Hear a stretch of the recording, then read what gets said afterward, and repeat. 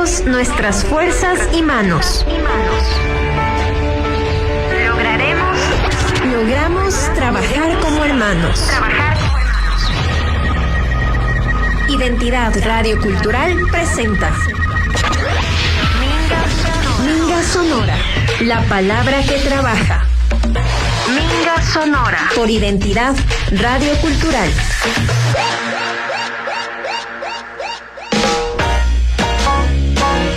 Minga Sonora.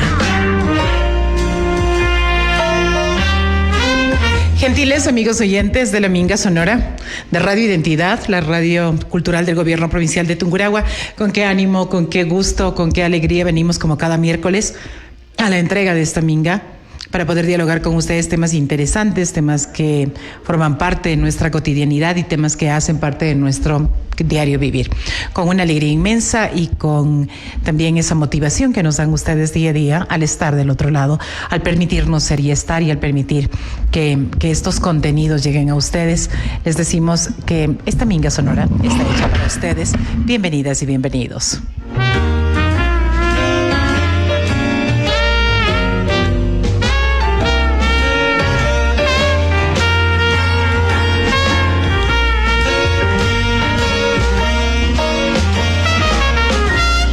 Sonora.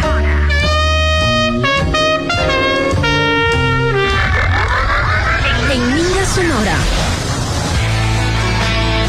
En Minga Sonora, las vivencias y experiencias de nuestra gente le dan color a nuestra existencia. Y son verdaderas enseñanzas de vida.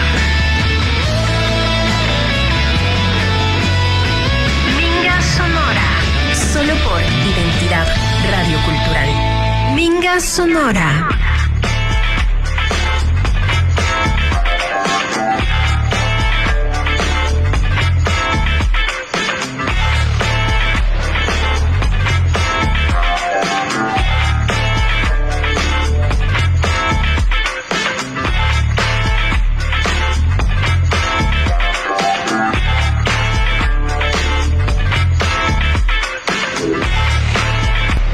Esta mañana el gusto inmenso de dialogar con el doctor Carlos Miranda, director de la Casa de Montalvo, acerca de las actividades que se cumple al interior de la Casa de Montalvo y que son actividades que se las ejecuta de manera permanente, que se las ejecuta de manera constante.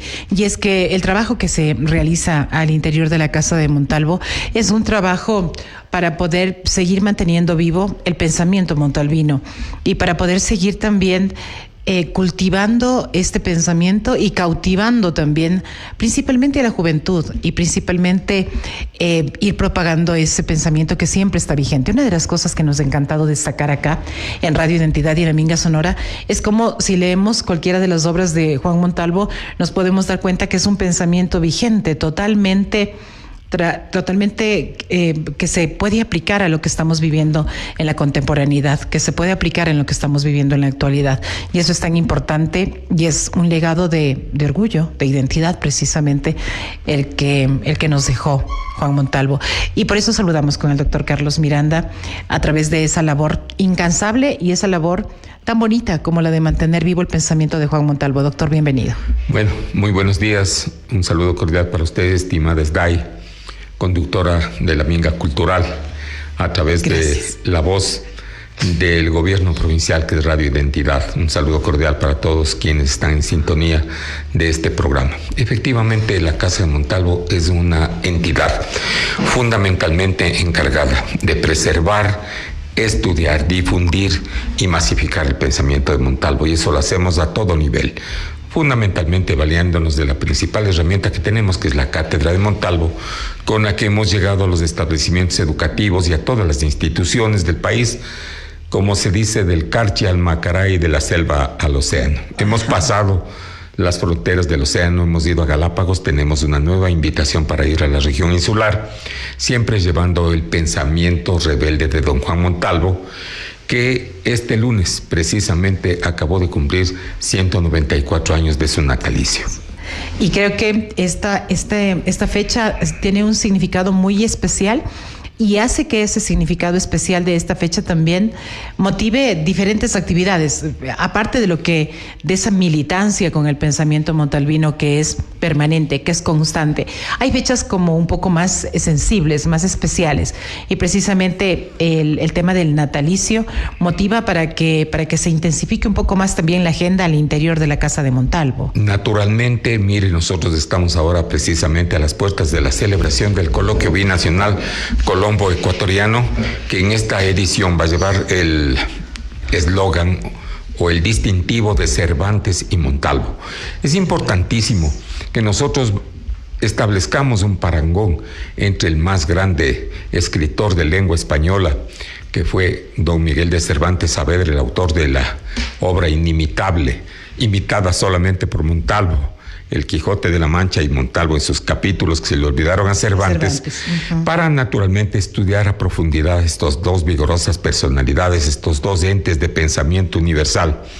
Y para ello hemos invitado a muy distinguidas personalidades del país y del exterior.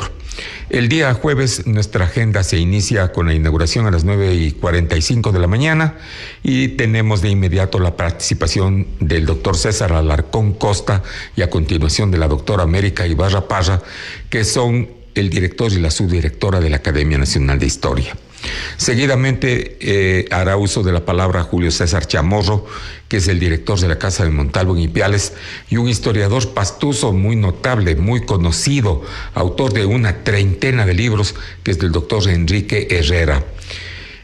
Hubiéramos querido contar siempre con la grata presencia del doctor Juan Coral Erazo, que es el bisnieto carnal de don Juan Montalvo. ¿Sí? Lastimosamente, la salud de él está sumamente delicada, se encuentra afectado de un cáncer, está en tratamiento en la ciudad de Cali y no es posible contar esta vez con su presencia. Dios quiera que vaya a conseguir su recuperación, su restablecimiento. Claro, el bisnieto de Juan Montalvo habita en Colombia. Habita en Colombia, él vive en Buesaco, que es un municipio que queda muy cerca de Pasto. ¿Cómo nos dijo que se llama? El doctor Juan Coral Erazo. Juan Coral, ya. Así es.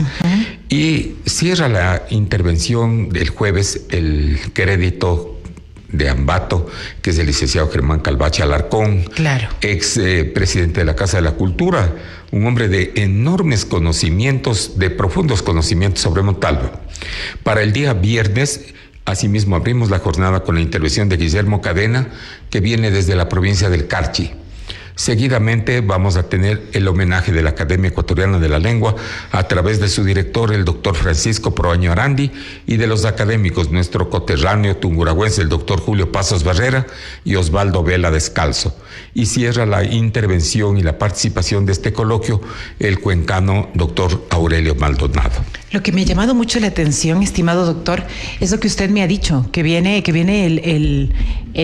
también el pensador, el intelectual Chamorro desde Ipiales, y que exista una Casa de Montalvo en Ipiales. Naturalmente, debo decirles a todas las personas de Ambato, a quienes están en sintonía de este medio, la Casa de Montalvo tiene sus sedes en Ipiales, manejada por el doctor Chamorro, y la de Pasto, que está precisamente manejada por el bisnieto carnal de Montalvo, que es el doctor Juan Coral Erazo. Ajá.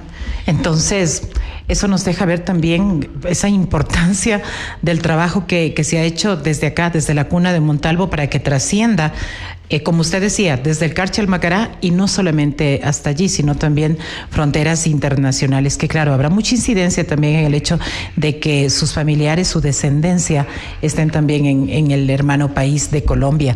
Y es importante también hablar, querido doctor, ¿cuál cree usted que es el principal legado que ha dejado Juan Montalvo para todas las generaciones que hemos tenido la oportunidad de conocer su pensamiento, su rebeldía y lo que le ha dejado también a las sociedades ecuatorianas? Bueno, mire, estimada Sday, usted lo dijo hace un momento, el pensamiento de Montalvo sigue teniendo total y plena vigencia.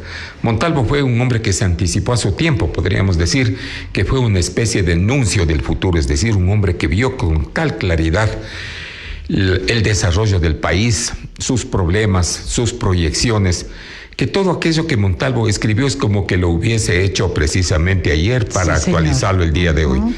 Entonces, yo creo que además de ese vigoroso pensamiento de Montalvo, tenemos que rescatar su obra, Por eso es que la Casa de Montalvo siempre está sacando los libros de Don Juan a la venta, porque Montalvo no se hizo para estar inhumado dentro de los estantes o de las bibliotecas, de las vitrinas, no. Los libros de Montalvo tienen que estar al alcance de los niños, de los jóvenes, de los maestros, de los zambateños en general. Quien quiera conocer a Montalvo tiene que leer necesariamente a Montalvo. Uh-huh. Y bueno, no está por demás ratificar ese pensamiento que yo siempre lo vierto, ¿no? Es ese pensamiento tan sólido, tan férreo, tan claro y diáfano, el principal legado de Montalvo. Por supuesto. El pensamiento de Montalvo indudablemente es la esencia del quehacer montalvino, ¿no? Él desapareció físicamente hace 137 años. Sí, señor. Pero, sin embargo, su pensamiento continúa vigoroso. Mire usted, hay gente que muere y al año está completamente olvidada. Sí. En el caso de Montalvo no ha sucedido, gracias a Dios, eso, porque precisamente, ¿no?, siempre estamos nosotros nutriendo el corpus montalvino, reeditando las obras, los libros, no solamente de Montalvo, sino los que tienen que ver con Montalvo. Por ejemplo, hace poco hemos terminado la reedición de una de las mejores biografías de don Juan Montalvo, que es un escritor entre la gloria y la borrasca, del doctor Galo René Pérez. Es una edición que está completamente agotada.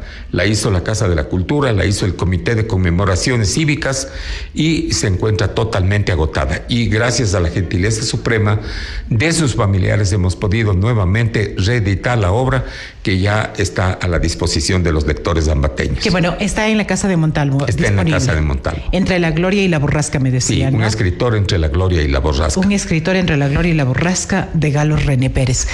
¿Cuál ha sido, según su criterio, doctor, usted que está tan cercano, usted que debe sentir muchas veces como que está conversando con el mismo Juan Montalvo por esa actividad suya diaria, entregada, admirable también? ¿Cuál cree usted que ha sido la principal incidencia o dónde radica la principal incidencia del pensamiento montalvino? ¿Está en la política? ¿Está en la docencia? ¿Está en la educación? ¿En todos ellos? Bueno, prácticamente yo le podría decir que Montalvo está presente en todos los ámbitos. Uh-huh. En el ámbito de la educación, vamos a tocar ese tema fundamental. Las palabras de Montalvo no pueden ser más admonitivas. Montalvo dijo: tanto más libre un pueblo, cuanto más culto e ilustrado, ¿no? A los niños, que son indudablemente la base de la sociedad, les dijo Montalvo que el rol, el papel de ellos es el de las estrellas en el cielo, es decir, siempre brillar en el firmamento de la patria. Montalvo tocó la conciencia de los jóvenes. Los jóvenes. Nosotros podemos leer en la Quinta Catilinaria lo que dice don Juan: desgraciado el pueblo donde los jóvenes son humildes con el tirano y donde los estudiantes no le hacen temblar al mundo. Y no fue esa la única frase que les endosó a los jóvenes. Montalvo decía que la juventud es un torrente, un caudal tan poderoso que no hay dique que pueda refrenarlo, porque el ímpetu juvenil indudablemente se manifiesta de manera evidente, ¿no? Y su otra frase: jóvenes, oh jóvenes, vivid, creced, salvad a la patria. Yo creo que en momentos como los que vive el Ecuador necesitamos gente con conciencia, gente con formación, con el afán de servicio, porque se ha desnaturalizado el servicio público. Entonces necesitamos gente que esté llena de ética, que esté llena de principios y que sea capaz de aportarle a la sociedad. Y desde luego a los maestros, por ejemplo, les endosó una hermosísima frase que dice: en todos los pueblos del mundo, la mano que enciende la antorcha de la cultura es la del maestro. En el tema político, Montalvo fue un político consumado. Si bien es cierto, tuvo una discreta participación. Fue electo diputado por la provincia de Esmeraldas, no por Tungurahua. Por Esmeraldas. Pero no llegó a posesionarse Montalvo porque prácticamente era el único liberal en medio de toda una inmensa cantidad de gentes, ¿no?, pertenecientes al Partido Conservador. Entonces, Montalvo estaba completamente convencido de que esa golondrina nunca iba a ser el verano. El verano. Uh-huh. Pero nos ha dado las más grandes lecciones para que los políticos, los funcionarios, las gentes que detentan la actividad pública sepan manejarse con moralidad, con ética y con total respeto a los bienes públicos. Entonces, en ese aspecto, Montalvo fue un gran moralista, y así en todos y cada uno de los ámbitos de la sociedad. Por eso es que don Juan es el eje alrededor del cual gira naturalmente la vida cotidiana en Ambato y en el Ecuador. Desde luego, estamos totalmente de acuerdo con ello, estimado doctor, pero nos inquieta un poco y nos llama mucho la atención que después de haber compartido estas frases que usted nos ha traído ahora de esta manera tan linda, tan impetuosa, y que nos en realidad nos conmueve, nos llama un poco la atención de pensar el papel de la juventud hoy en día respecto a este pensamiento montalvino, el papel de ese estudiantado respecto de este pensamiento montalvino. ¿Cuál es el rol del joven? ¿Cuál es el rol que está cumpliendo los estudiantes luego de haber sido también formados por estos maestros que usted decía que encienden esa antorcha en realidad?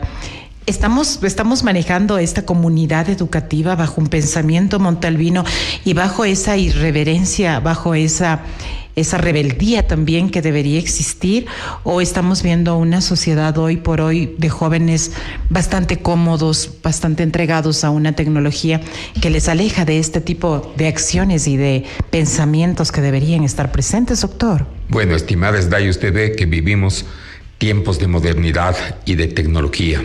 Claro, que son ya irreversibles y en los que tenemos que estar. Mire, y si nosotros estamos viendo en los actuales momentos con ojos de actualidad lo que está sucediendo con nuestra niñez, con nuestra juventud, es un poco difícil columbrar lo que será nuestra niñez y juventud en el futuro, qué cosas más vendrán. Pero es importante, ¿no?, que nosotros sembremos, y eso es lo que hace la Casa de Montalvo a través de la cátedra. Nosotros consideramos que los niños y los jóvenes ambateños son semillas a las que se tiene que darles el tratamiento adecuado, si es que cabe la expresión, regales, abonales con el pensamiento de Montalvo, para que crezcan y se conviertan en edificantes plantas, si es que cabe la expresión, ¿no?, claro, metafórica, que sean capaces de brindarle un verdadero aporte a la sociedad, porque de lo contrario nos encontramos frente a una juventud raquítica, endeble en principios. No se puede concebir la idea de que los jóvenes, por ejemplo, vivan dependiendo de un aparato, de un celular. Yo siempre creo, y siempre es algo de lo que yo también incentivo, en la eternidad del libro. Definitivamente el libro no tiene punto de comparación. Una cosa es sostener un frío aparato que me muestre unas páginas, a tomar el libro, abrirlo, revisarlo, volverlo a abrir, páginas, ¿no? Claro. Entonces, mire, hay magia, ¿no? Exacto. En esa el libro acción. Tiene la magia. Indudablemente el libro es el instrumento más idóneo, más adecuado para la formación de la persona. Quien lee es capaz de generar un dominio cultural y humanístico enorme. Allí el rol del educador, que es tan importante, que es tan neurálgico. ¿Cómo está ese rol del educador en la actualidad? Estamos encontrando que los maestros se toman el trabajo de volver al libro, de volver a la lectura. Hay países nórdicos que están volviendo a los libros, a la escritura, a los cuadernos, y están descartando ya las tablets, las computadoras, los ordenadores, mucho más los celulares, y están volviendo a aquello. ¿Qué pasa con nuestro educador respecto a todo este pensamiento y a toda esta militancia montalvina, querido doctor? Bueno, yo creo que definitivamente también la educación ha sido afectada por todos aquellos lineamientos y medidas que se han dictado, ¿no? Hoy por hoy el educador se ve sumamente limitado en su accionar. No puede exigir más de la cuenta, no puede prácticamente hacer casi absolutamente nada, so pena de ser denunciado, inclusive. Entonces, el papel del educador como que se ha venido a convertir en una especie de pasividad frente al ímpetu juvenil, ¿no? Entonces, yo pienso que definitivamente tenemos que volver, ¿no?, a remarcar en los principios que siempre han animado a los jóvenes. Yo creo que con el mejor criterio, por ejemplo, se volvió a reimplementar en el país la materia de cívica, que era tan fundamental en la formación de los valores. Yo recuerdo, fui alumno del Colegio Pío X aquí en Atocha, y recuerdo con mucho cariño la figura del profesor Néstor Muñoz, que fue nuestro maestro. Él tenía como Biblia, si es que cabe la expresión, la cívica de Mora Bowen. Y había otras materias que jamás debieron haber desaparecido, como lógica, como ética, como problemas del mundo contemporáneo, problemas filosóficos. Sí, exactamente. Es decir, eso ha servido para vigorizar el pensamiento del estudiante. Hoy el pensamiento del estudiante no puedo generalizar, pero sí decir que es bastante infantil o muy ratonil, porque viven definitivamente solamente pendientes de la tecnología. Ahora, mire usted, lo que quiero decirle también es una cosa. La Casa de Montalvo siempre ha procurado que el pensamiento de Montalvo se imprima en la educación. Hace años atrás, el entonces ministro de Educación, Raúl Vallejo Arcos, promulgó un decreto que creó la Cátedra de Montalvo y que de manera obligatoria se sustentaba en todos los planteles de la República. Vino algún otro ministro de Educación trasnochado y politiquero y lo echó al cesto de la basura el acuerdo ministerial. Lo recordamos. Entonces, mire, ¿qué es lo que tuvo que hacer la Casa de Montalvo? Gestionar intensamente entre los años 2016 hasta conseguir que el 2017 el último ministro del Correato, que fue Predi Peñafiel Arrea, vuelva a emitir, lastimosamente no un acuerdo ministerial, sino un memorándum que dejaba la posibilidad, la puerta abierta de que la Cátedra de Montalvo sea asumida. Pero usted sabe perfectamente que esa dualidad hace que la gente vaya por el camino más simple de mejor no tomarla en consideración. La Cátedra Montalvina. Exacto. Sí, entonces, señor, ¿cuál es el actual trabajo de la Casa de Montalvo? Nosotros hemos venido gestionando, se encuentra en la mesa de la legisladora de Tungurahua, la doctora Cecilia Baltasar, un documento que crea la Cátedra de Montalvo por parte de la legislatura a nivel nacional. Eso como tendría el carácter pública. Exacto. Eso vendría a ser, ¿no?, una ley que tendría que implementarse en el país. Sí, y sería genial, porque ahí sí, justa, de manera vinculante, es decir, obligatoria, los maestros en todos los establecimientos del país van a tener que volver a dar la Cátedra de Montalvo. Montalvo es el más sobresaliente de los escritores y de los políticos del siglo XIX. Entonces, mire usted, qué mejor que su pensamiento siempre sea una especie de tea que ilumine el camino de maestros y de estudiantes y de jóvenes en general. Enhorabuena por todo este trabajo, doctor, que ustedes están realizando.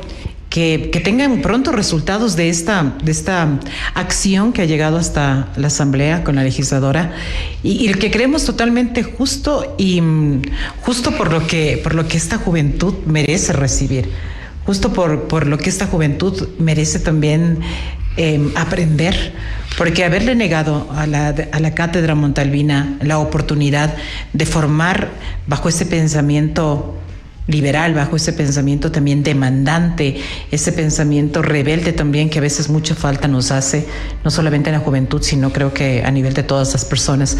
Creo que ha sido algo demasiado triste, por decirlo de alguna manera, pero que hoy hay una posible realidad para que esa cátedra vuelva a estar presente en las aulas y que vuelva a estar presente de la mano de la vocación de los maestros también con los estudiantes. Efectivamente, inclusive también el otro legislador de Tungurahua, que es Eustaquio Toala, nos ha ofrecido su valioso aporte.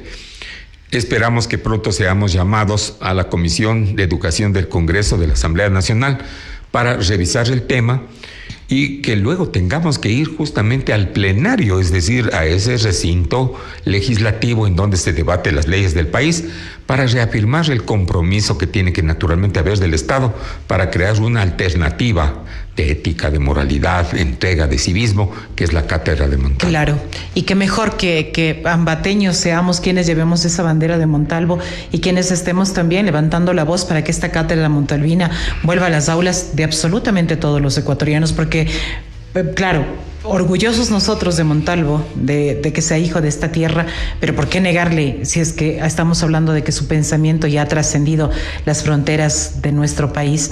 Y a propósito de esta cátedra montalvina, estimado doctor, ¿cuál es el principio orientador de la cátedra? ¿Qué dice la cátedra montalvina? Bueno, la cátedra tiene que fundamentalmente ver, en primer lugar, con el estudio y análisis de una trayectoria vital elemental de Montalvo. Una trayectoria que apenas tuvo 57 años de edad. Nació en 1832 y falleció en París en 1889.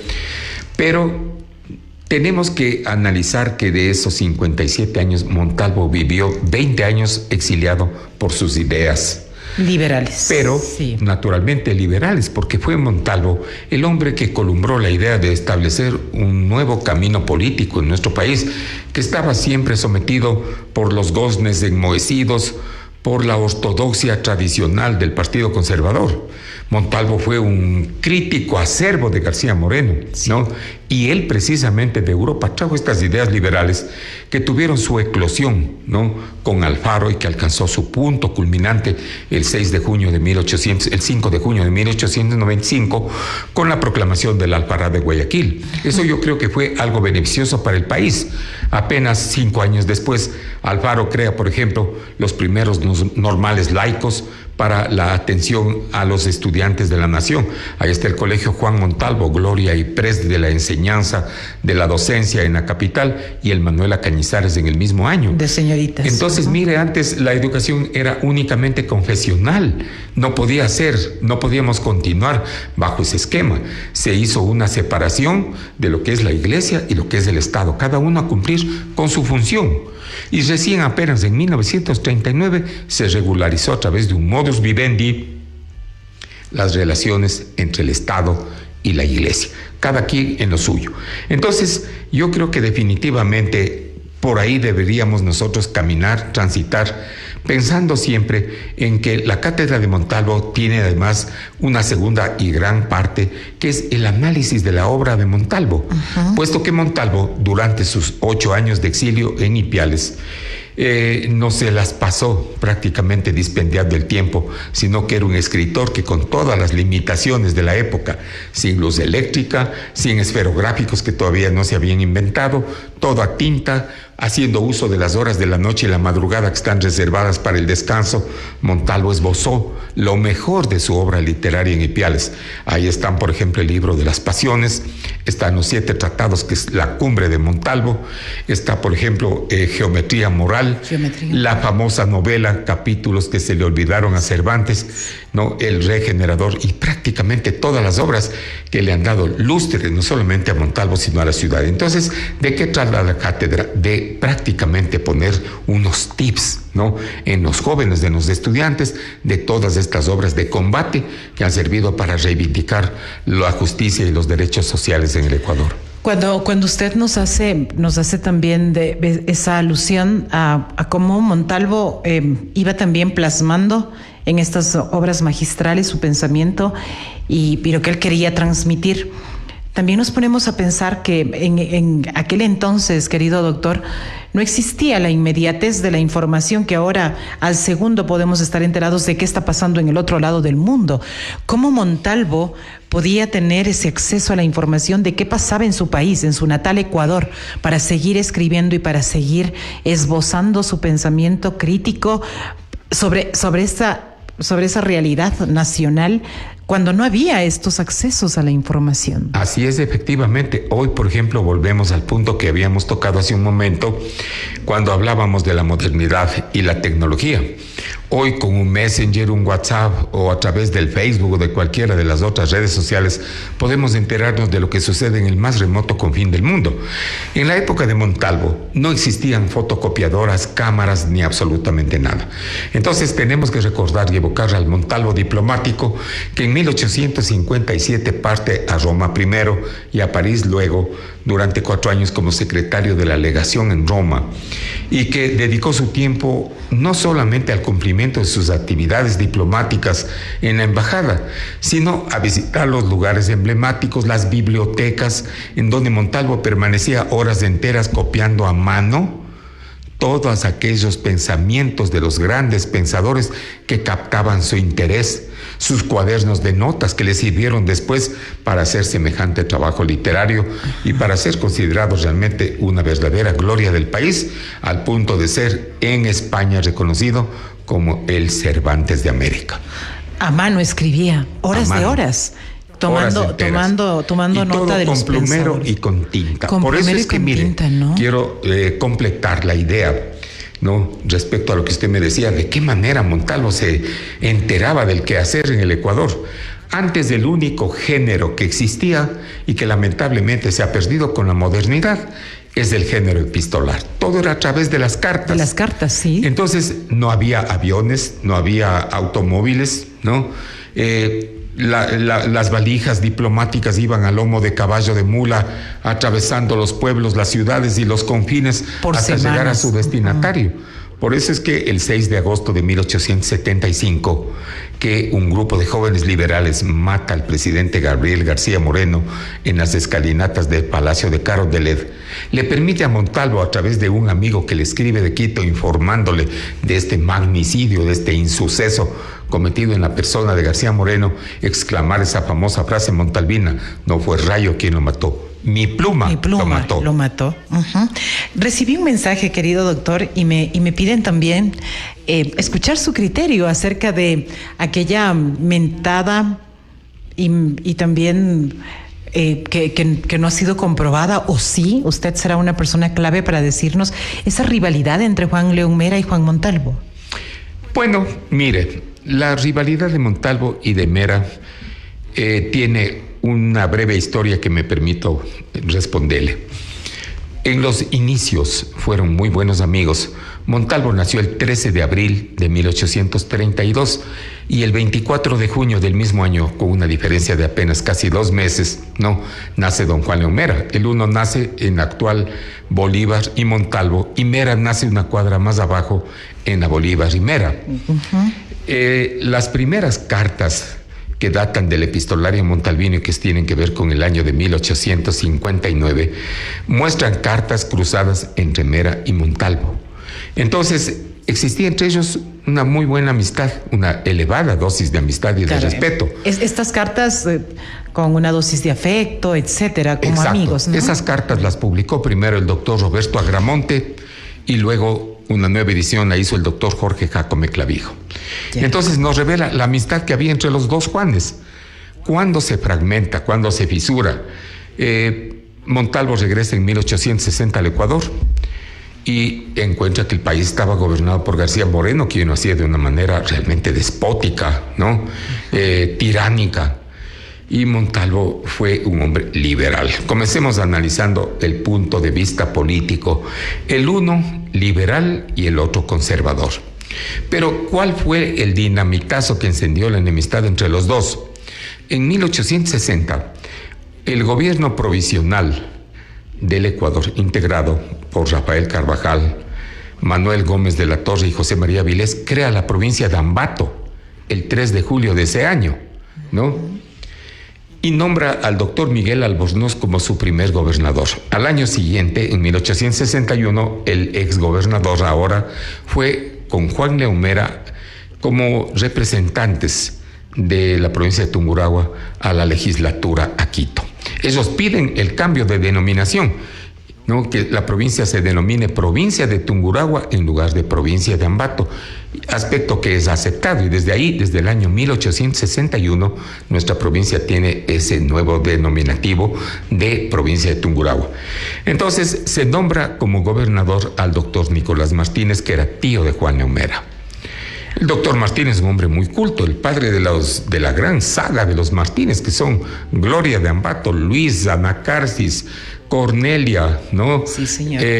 Todos y cada uno, el doctor Augusto N. Martínez, el ascensionista, pero lamentablemente una tarde de domingo se genera una gresca aquí en el centro de la ciudad, en donde la familia Martínez, debe haber habido algún motivo de por medio, agredieron a unos colombianos que vivían aquí en el centro de la ciudad. Y la familia de Montalvo salió a defenderlos. Bastó ese pequeño incidente para que estallara una llamarada de enemistad entre los dos, ¿no? Fueron por problemas, qué sé yo, de orden político, no sé, a ciencia cierta, pero a partir de entonces se polarizaron las situaciones. Debo decirle que tuvo su punto culminante esta enemistad cuando cierto día Montalvo salió desde su finca en Ficoa, ¿no? Y se dirigía hacia el centro de la ciudad. Había que atravesar el puente de la Delicia. Lo propio había hecho don Juan León Mera, que salió desde el sector de Atocha y se encontraron en el puente. Entonces, además de que era un muy buen poeta, también don Juan León Mera era también un muy buen insultador. Y al verle a Montalvo, le dijo: yo no cedo el paso a burros. Pero le respondió don Juan: no, en cambio yo sí, sigue. Pero en medio puente se liaron a puñetes, se revolcaron, se dieron de bastonazos, que es un hecho absolutamente comprobado. ¿Ya? Fue en julio de 1866, ¿no? Y luego entraron los dos tomados del brazo a la ciudad, como que no hubiera pasado nada. Pero usted recordará que Ambato entonces era un pequeño poblado, y todas las gentes que vieron, ¿no?, la golpiza que se metieron en el puente, se encargaron de hacerlo público en Ambato, y esto se regó como pólvora. Entonces se supo de la pelea de los Juanes. A partir de entonces vinieron publicaciones muy ofensivas de lado y lado. Por ejemplo, don Juan León Mera le publicó a Montalvo un novenario de zurras al Cosmopolita, y el otro le respondió también con un libro muy duro que se llama El Padre Lachaise, en donde a Mera también le coloca de una manera muy firme, como era Montalvo, en su lugar. Fue una verdadera pena el desencuentro de los Juanes. Es decir, terminaron de enemigos. Cuando ingresaron tomados del brazo a la ciudad, etcétera, no es que allí terminó la enemistad, no, sino sus vidas concluyeron como enemigos. Sí, inclusive, mire, a la tarde del mismo día, Mera le mandó a devolver el sombrero de Montalvo que había sido estropeado en la refriega, pero no devolvió nunca a don Juan León Mera el bastón de Montalvo. Eso lo conservó como una especie de trofeo de guerra, si es que cabe la expresión. Entonces, mire, el doctor Vela es del tercer Juan de Ambato. Fue secretario de Montalvo, comulgaba con las ideas de Montalvo y por lo tanto se puso diametralmente en contra del de don Juan León Mera. De allí que la enemistad entre los Juanes fue marcada. Eso es muy importante que lo sepan, ¿no? Los dos tuvieron una cordial y estrecha amistad, pero asimismo Vela y Mera intercambiaron cartas epistolares muy duras, en donde, caramba, no solamente ya salía a flote el resentimiento, sino el insulto, ¿no? Entonces, lo que le debo terminar diciendo en este punto es que lastimosamente la muerte se llevó de manera muy temprana a Montalvo. Montalvo fallece el 17 de enero de 1889 en París. Serenado los ánimos, aquietado las aguas, ¿no? Mera, que era un hombre inteligente, reflexivo, ¿no? Un hombre de muchísimos méritos, que supo reconocer el valor de su antiguo amigo y también de su rival, ofreció escribir un libro, ¿no?, de biografía y crítica sobre Montalvo, que lastimosamente no llegó a cumplirlo. Apenas 5 años después muere también en la quinta de Atocha don Juan León Mera, en 1894, y no se pudo cumplir con este anhelo. Pero debo decirle algo. Una de las descendientes de don Juan León Mera, que fue doña Blanca Martínez Mera de Tinajero, hija de Luisa Martínez, ¿sí?, ¿no?, llegó a ser la tercera directora de la Casa de Montalvo en la década de 1950, en 1955 exactamente, y ella supo enarbolar el pensamiento montalvino, supo darle la verdadera dimensión y ubicación. Y ella, por ejemplo, publicó un hermoso folleto que se llama Cervantes y Montalvo. Y de esta intención manifestada por Juan León Mera posterior a la muerte de Juan Montalvo, ¿no existen escritos, no existen estos primeros intentos de cumplir con este cometido de Juan León Mera? Lastimosamente no existen, porque hubiera sido realmente una maravilla. Claro. Le acabo de repetir, Mera fue un hombre de enorme ilustración y su palabra indudablemente valía, como que es el autor de la ojeada histórico-crítica, ¿no?, de la literatura ecuatoriana. Mera fue y es el hombre que le pone al país de pie cada vez que escuchamos las sagradas notas del himno nacional. Una pena que se produjo este desencuentro entre los Juanes, pero indudablemente su memoria está intacta. En 1982 se celebraron los festejos por el sesquicentenario del natalicio de los dos, y ahora a ritmo acelerado, ¿no?, nos acercamos al bicentenario de ambos. Es decir, en el año 2032 Ambato estará celebrando los 200 años del nacimiento de Montalvo, ¿no? Y de Mera. Y de Mera. Entonces yo creo que la ciudad, las instituciones que hacen la ciudad, sobre todo las que tienen que ver con la cultura, tienen que naturalmente ponerse de pie y rendir ese homenaje, ¿no? Y prepararse a la altura de semejante conmemoración, ¿no? Exacto, que al cabo de 2 siglos indudablemente no ha hecho sino incrementar la gloria y reverdecer los laureles de Ambato. ¿Qué será, mi querido doctor? Que lo que han dicho muchos lamentablemente se cumple, y tenemos que seguir viviendo a la gloria de nuestros Juanes, y tenemos que seguir cobijados bajo esa gloria. Pero ¿qué pasa? Que no hemos sido capaces de volver a generar a esos Juanes, de volver a reeditar humanamente, a clonar. Hace muchos años Juanes. Yo había leído en la intersección de la calle Mera con la calle Cuenca, por donde está la fábrica El Cóndor, ¿no? Sí. Un eslogan, un grafiti que pusieron que decía: Ambato, no te duermas en la gloria de los tres. Indudablemente yo pienso que tenemos que tomar a los 3 paradigmas de la ambateñía como el punto más culminante del quehacer intelectual de Ambato.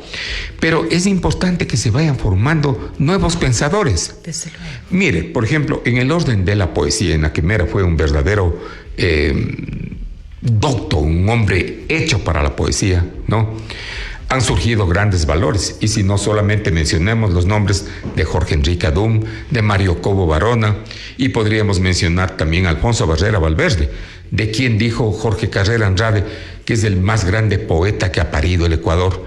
No, dijo, hablando de Alfonso Barrera Valverde, que por fin ha nacido el verdadero poeta en el Ecuador. Mire usted, ¿no?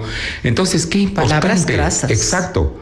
Qué importante es que, por ejemplo, se vayan formando nuevos poetas, que vayan apareciendo nuevos pensadores, nuevos escritores, nuevos políticos, pero no esos de relumbrón, de fotografía y de prensa, sino la gente que trabaje verdaderamente por los intereses, ¿no?, por las reivindicaciones sociales, por el servicio a la gente, a la comunidad.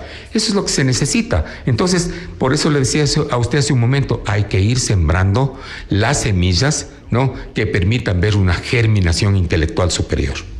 Recuerdo también con cariño el tema de la Cátedra Montalvina, de la cual el gobierno provincial, a través de su Dirección de Desarrollo Humano y Cultura, tuvo un gran aporte, doctor. ¿Cómo concibieron ustedes la Cátedra Montalvina para niños?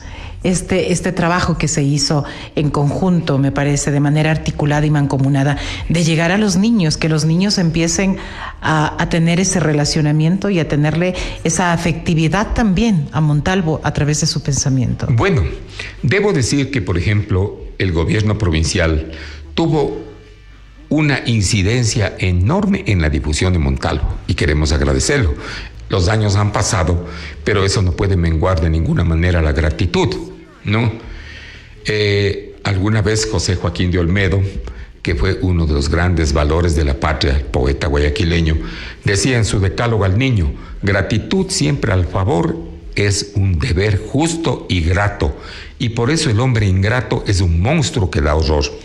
Y valgan estas palabras para agradecer la esclarecida memoria de ese gran ambateño que lamentablemente se nos fue hace una cosa de unos 4 o 5 meses, que fue el exprefecto de Tungurahua, Fernando Naranjo La Lama, y que con una enorme dosis de cariño para la ciudad, para la cultura, para las instituciones que hacen la cultura, la instrucción primaria y secundaria del país, imprimió, por ejemplo, el Montalvo para niños de mi muy buena amiga Verónica Chávez, ¿no? Y también imprimió el manual de la Cátedra de Montalvo, que se distribuía a nivel de todos los colegios. Lastimosamente, qué pena, no se ha vuelto a contar con ese aporte provincial y en los últimos años no hemos tenido una nueva edición. ¿Deberíamos reeditarlo? Deberíamos doctor? reeditarlo, ¿Sí? por supuesto, es el homenaje a Montalvo y es el homenaje a la ciudad. Entonces, mire, es importantísimo que justamente ahora que se aproxima, como le vuelvo a repetir, el bicentenario de Montalvo y el bicentenario de Mera, ojalá se pueda volver a reeditar sus obras medulares. Ambato, para justamente ufanarse como lo hace Cuenca, que es la Atenas del Ecuador, como lo hace Quito, Riobamba y cada una de las ciudades que tienen sus nombres paradigmáticos, Ambato tiene lo suyo, ¿no? Y qué mejor que rendirles el pleito homenaje a través de una reedición de sus obras. Para un hombre culto, versado como usted, me imagino que leer a Montalvo será muy digerible, muy fácil de hacerlo, pero para el resto común de los mortales, ¿es complicado, es difícil leer a Montalvo? Yo alguna vez leí que a Montalvo hay que leer con un diccionario helado, y a mí me pasó, querido doctor, que había palabras que en realidad en mi vida las había escuchado, y las veces que he leído a Montalvo sí he tenido que acudir, soy totalmente honesta y sincera, a un diccionario para ir entendiéndolo un poco más. Bueno, Montalvo fue un espíritu superior. Un hombre que indudablemente se educó en los mejores establecimientos en Quito, primero en el Convictorio de San Fernando y luego en el Seminario de San Luis, en donde inclusive al tener a padres lazaristas franceses, Montalvo aprendió la lengua francesa, lo que le permitió indudablemente tener contacto con hombres del mundo de la cultura parisina, como fueron el caso de Víctor Hugo y Alfonso de Lamartine, por decirle. Entonces, mire usted, yo pienso que definitivamente el espectro intelectual de Montalvo no ha menguado, siempre va a seguir en ascenso, y creo que más bien es una obligación de parte de todos el aportar para que estas manifestaciones que tienen que ver con lo montalvino vayan siempre adelante. Respecto al tema, sí es un tanto difícil, sobre todo la lectura de los 7 tratados, en donde Montalvo hace citas. Yo le decía a usted que Montalvo ocupaba su tiempo en las embajadas copiando textos de las bibliotecas, que posiblemente él las inserta en sus escritos con nombres de antiguos pensadores, con nombres de tribunos, de emperadores romanos, etcétera. Lo que hace que a lo mejor la lectura se vuelva un poquito densa y nos haga recurrir al maravilloso instrumento de ayuda que es el diccionario. Pero asimismo, permítame decirle, por ser coyuntural, que también hubo otro enorme escritor aquí en Ambato, un poeta de altísimos quilates y un maestro sobresaliente, que fue Mario Cobo Barona. Yo fui su discípulo en el Colegio San Pío X. Entonces, la gente decía, ¿no?, el común de los mortales, que para entenderle a Mario igual tenía que tener un diccionario al lado. Y a lo mejor los términos que Mario utilizaba no los encontraban en el diccionario, porque no nos olvidemos que él era un verdadero alfarero del idioma, un creador de neologismos. Él hablaba, por ejemplo, del cariñal, de la chaquiñana, ¿no?, cosas que no están en el diccionario, pero que eran producto de su efervescencia poética y de su cultura superior. Y nos llena de muchísimo orgullo saber de que estamos hablando de ilustres ambateños, de ilustres tungurahüenses, y que claro, estamos ávidos también, mi querido doctor, de que, por ejemplo, instituciones como el gobierno provincial de Tungurahua tomen esta referencia de un trabajo, de un proyecto pasado, para volverlo a reeditar, de que esa militancia que ustedes están haciendo a nivel de la legislatura se logre dar, y que se pueda crear esa política pública para ser implementada en el Ministerio de Educación, y que la Cátedra Montalvina regrese para asegurar ese pensamiento, para asegurar ese hacer crítico también de nuestra juventud. Y creemos que el camino está igual hecho, el camino está trazado, y que esperemos que la cosecha también sea muy abundante, querido doctor. Para mí ha sido un verdadero honor, un verdadero placer dialogar con usted, haber aprendido de usted, y me quedo expectante y ávida de una nueva conversación con usted, doctor. Bueno, estimada Etsa, realmente quiero agradecerle la invitación. A todos los amigos que han estado en sintonía de este programa, que indudablemente es la antena y el pensamiento del gobierno provincial de Tungurahua, y que llega precisamente para ilustrar, para enseñar, para formar, orientar a la comunidad de Tungurahua. Un verdadero gusto, siempre a las órdenes. Para mí igual será muy placentero estar nuevamente en las instalaciones de Radio Identidad. El placer será eternamente nuestro, mi querido doctor, el doctor Carlos Miranda, director de la Casa de Montalvo. Y es que así es Ambato, así es Tungurahua, y así en esta tierra de los Tres Juanes recibimos esas alegrías tan grandes como la de este coloquio binacional de Montalvo, como la de estas actividades culturales, intelectuales de altísimo nivel y de altos quilates, y recibimos también las alegrías para quienes son amantes del fútbol, para quienes son amantes de esta actividad y esta pasión de multitudes como lo es el fútbol. ¿A usted le gusta el fútbol, doctor? Me encanta el fútbol, ¿sí? Y estoy desde aquí torciendo, como dicen los brasileros, porque mañana el ídolo traiga un buen resultado. Es macareño. Desde Argentina, es macareño, sí. Hasta que el cielo deje de ser celeste. Y bueno, ahora vamos a conversar en este instante desde Argentina. Nos acompaña Diego Tomaselli. Él es un hincha que está allá en Argentina y que está viviendo también esta efervescencia, que está viviendo con ímpetu, con alegría total, y que allá estarán tantos hinchas que viajaron para flamear esa bandera celeste y para acompañar en esta cita futbolera histórica que ha sido para Tungurahua el hecho de que uno de nuestros créditos con nuestro equipo Macará esté allá. Así es que qué gusto darle la bienvenida a Diego. No sé si lo tenemos ya allá. Diego, ¿cómo estás? Buenos días desde Radio Identidad. ¿Cómo se vive esta pasión futbolera en Buenos Aires, Diego? Cuéntanos un poquito. Hola, ¿cómo están? Primero, buenos días a todos los radioescuchas y igual a todas las personas ahí en el panel. Contentos, bueno, viviendo un sueño aquí con el equipo de nuestro corazón, de un sueño de toda la vida. La verdad, el ambiente es muy bonito aquí, se encuentra con bastante hincha. Bueno, ayer había bastante gente del país, hinchas de otros equipos como el Barcelona, el Cuenca, pero ahora ya se ve bastante gente de Macará. Imaginamos, hemos tenido la oportunidad también, Diego, de mirar en redes sociales cómo ambateños están saliendo de viaje, han tomado vuelos, han tomado también ofertas que las agencias de viajes han presentado para estar allá y para acompañar al equipo de sus amores, al equipo que lo consideran al ídolo, y para poder ir e hinchar y para ser ese jugador que se necesita también, porque ¿qué sería de un fútbol, de un equipo? ¿Qué sería de un partido de fútbol sin su hinchada, Diego? Sí, bueno, sin duda alguna, lo que ha causado ahorita Macará en el tema económico en la ciudad en general es algo súper grande.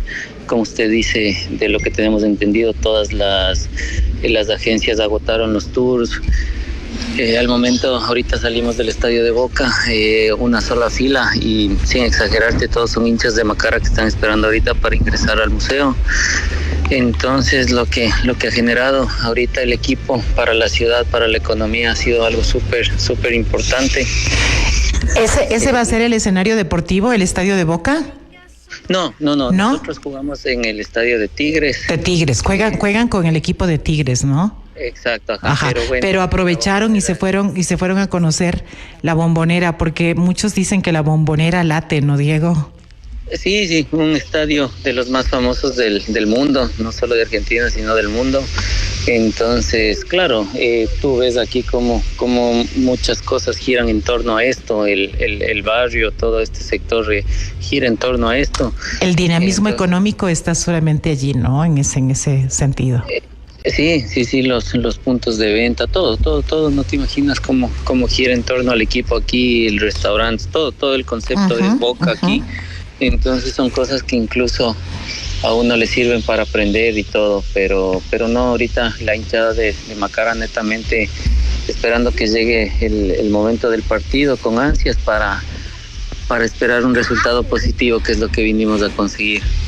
Claro, yo me imagino cómo estará ese ánimo, cómo estarán esos corazones también de la hinchada de Macará. ¿Qué conocen del equipo Tigres? Ya me imagino que la hinchada es siempre la principal preocupada, que investiga, que lee, que está ahí viendo cómo va a estar el cuadro, cómo salen cómo salen ya a la cancha, quiénes van a ser los jugadores de Tigre, cómo está la amenaza, cómo hay ese registro también de esos resultados futbolísticos con Tigre. ¿Es una amenaza? ¿Es un equipo fuerte? ¿Macará la va a tener complicado o la va a tener fácil en este encuentro? Bueno, los equipos argentinos siempre son duros, son difíciles. Tigres igual es un equipo de los grandes últimamente, que siempre está peleando algo, siempre está en la zona de arriba. Tiene jugadores importantes, está Martínez, que era jugador internacional de River, todo. Entonces es duro el equipo, pero nosotros estamos conscientes de lo que es Macará, de lo que se ha venido construyendo. Tiene un equipo sólido, responsable, que viene a buscar lo suyo, no viene solo a presentarse. Entonces estamos conscientes de que va a ser un partido muy duro. Como siempre digo, esto es fútbol, el resultado se podrá dar de una u otra forma, pero el equipo viene a buscar lo nuestro. Es que me imagino, Diego, también lo que Macará le está dando a su hinchada es un regalo grande. Claro, la parte económica influye, la parte económica también es determinante, pero el hecho de poder permitirle al hincha que cruce fronteras, que esté en un país futbolísticamente hablando, que tiene una autoridad, como tú dices, los equipos argentinos siempre tienen una fama de ser fuertes. Claro, hablamos de que existe sí una superioridad y una supremacía en el River, en Boca, pero equipos como Tigre también Tigres tienen también su fortaleza, tienen lo suyo, y el hecho de poder estar en un país donde el fútbol se lo vive de una manera tan intensa, tan fuerte como es Argentina, y de que el hincha ambateño, de que el hincha macareño haya podido estar allí, lo que Macará le está dando a su hinchada, ese regalo inmenso que también le está haciendo vivir a Tungurahua, a la ciudad, y al hincha es sumamente grande. Yo creo que eso es algo que de pronto lo soñaban, pero que hoy de pronto están haciéndolo realidad entre si es verdad, no es verdad que estamos acá acompañando a nuestro equipo. Sí, en verdad eso es algo único. Bueno, en mi caso yo tengo 40 años, he podido vivir muchas etapas con el equipo, ascensos, esta última década que ha sido más alegrías que tristezas. Pero claro, por ejemplo, estamos hablando del partido del América que jugamos de local, es una emoción tremenda. Claro, con América de Cali, sí señor. Ver a personas de edad avanzada, te estoy hablando sin exagerar, 80 años, 75 años, que cumplían su sueño de ver una participación histórica del equipo, de su amor, de toda la vida, que lastimosamente por muchos años solo estaba inmerso en tal vez resultados adversos, pero hoy cumplir el sueño de toda la vida, de lo que siempre se buscó, increíble. Mucha gente ha hecho esfuerzos de sobremanera para estar aquí, y te repito, para cumplir ese sueño que se creía imposible, como tú dices. Y bueno, o sea, ¿me entiendes? Esto es Macará. Yo no me gusta atacar a los equipos contrarios ni hablar del equipo contrario, sino aclarar eso, que esto es Macará, es un orgullo. Macará siempre se identifica por ser único en todo sentido, por tener estas cosas especiales. Y hoy estamos aquí, hoy estamos disfrutando, como te digo, hoy representamos a Ecuador, no somos Macará, hoy somos de Ecuador, somos Tungurahua. Entonces vamos a tratar de dejar el nombre del país en alto. Deseamos que así sea, que el equipo haga lo suyo, que el equipo se ha preparado, el equipo creo que tiene una responsabilidad muy grande también, porque también sobre sus hombros está llevando el día de hoy a toda una ciudad y a toda una hinchada, a un país entero. Entonces la responsabilidad también es súper grande, y esperemos que la presión no le juegue en contra, y que el resultado sea positivo para todo el Ecuador, que hoy, como tú bien dices, son Ecuador, son Tungurahua, más allá del equipo del Macará, y que la hinchada pueda disfrutar y que pueda vivir este momento como ustedes lo quieren. Tomen muchas fotografías, disfruten de este día, y no nos queda más, Diego, que desearle a esa hinchada que sea el sueño, que sea realidad y que se lo complete, que no sea solamente mirar a su equipo en una cancha internacional, sino sea mirar triunfar a su equipo. Así es que desde acá, desde Ambato, desde Radio Identidad, desde la Minga Sonora, desearles éxitos. Muchas gracias, les agradezco mucho por sus palabras, por sus buenas vibras. Sé que son sinceras. Pedirles es igual que ustedes disfruten como ciudad lo que nosotros estamos viviendo. No es algo que se da todos los días, todos los años. Pedirles que disfruten. Vendrán ya los otros partidos de locales. Repito la palabra, disfruten de todo, de lo que es la visita de los extranjeros, del entorno del fútbol, del partido, de todo, porque no es algo que se vive todos los años. Y como tú dices, esperemos que el resultado sea positivo por el bien del país, de la provincia y del equipo. Que así sea, estimado Diego. Desde Argentina, ya en la previa de lo que será este partido histórico también para la ciudad de Ambato, con su equipo Macará, que está allí para enfrentarse frente al Tigres. Nos acompaña un hincha, nos acompaña un representante de esa multitud que ha hecho fuertes sacrificios, que ha hecho también fuertes inversiones y que quiere ver a su equipo ganar. Esperamos que así sea, que las expectativas se cumplan y que Dios esté junto al Macará cuando tengan que estar en la cancha y que la bandera de Tungurahua pueda flamear en lo alto este día. Qué bonitos temas que los tratamos acá. Eso es lo rico de esta Minga Sonora, la diversidad de temas, la diversidad de aprendizajes y de sensaciones que nos deja hacer esta Minga Sonora.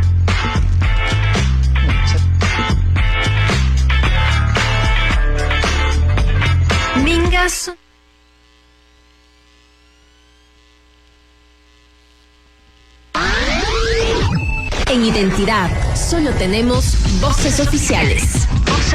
Aquí están las voces adecuadas para un consejo médico. Minga Sonora.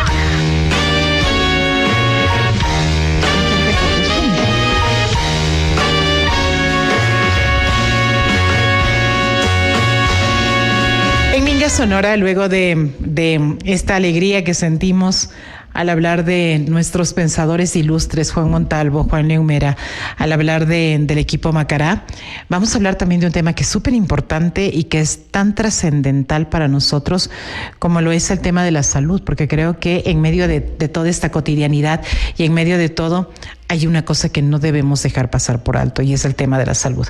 Y le doy la bienvenida a la doctora Lourdes Villacrés a la Minga Sonora. Bienvenida, doctora. ¿Cómo está? Muy buenos días. Un gusto y gracias por invitarme. Pues, ¿Cuál es la temática que abordamos hoy con usted, querida doctora? Hoy vamos a hablar respecto al tema de cáncer de piel. Ajá, que es un tema tan especial, tan importante.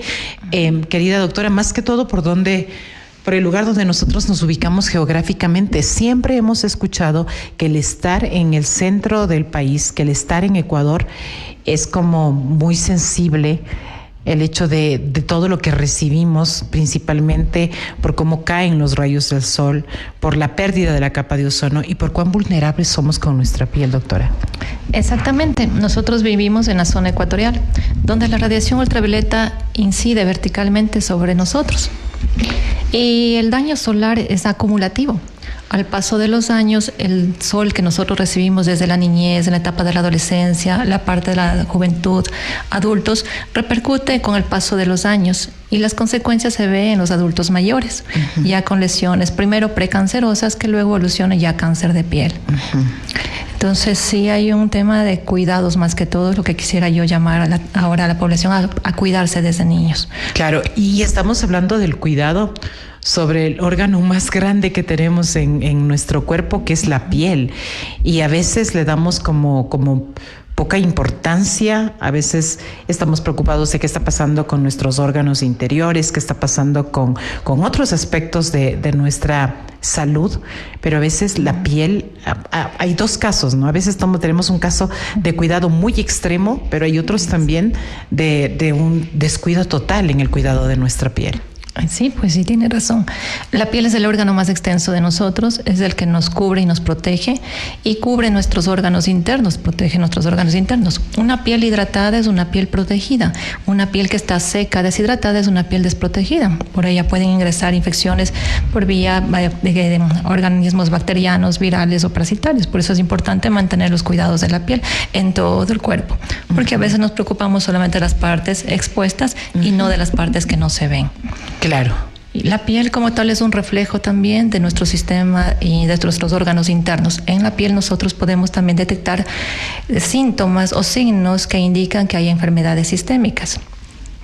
Pero en lo que estamos hablando ahorita al respecto de lo que es el cáncer de piel, importante indicar que hay que cuidarse desde la niñez, usando medidas de protección como sombreros de ala ancha, sombrillas, más camisas de manguita larga, en ocasiones guantes si se puede, protector solar cada 2 o 3 horas si es factible, pero en horarios de 10 de la mañana a 4:30 de la tarde, que ese es el margen o el rango en que el sol es más intenso y nos quema con más intensidad, para decirlo. Claro, me imagino, doctora, que ahora ustedes están también como en una fuerte campaña o acción de sensibilización, porque resulta que en la actualidad atravesamos por efectos de radiación muy frecuentes y muy fuertes también en nuestro país. Así es. Al mediodía hay una radiación muy intensa, ustedes deben haber escuchado noticias precisamente.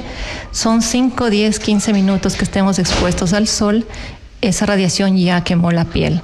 Y como le dije, la piel tiene memoria. Entonces, la quemadura de hoy se suma a la quemadura de mañana, se suma a la quemadura del año que viene. Las personas en ocasiones van a la playa, se broncean. ¡Oh, qué lindo me bronceé!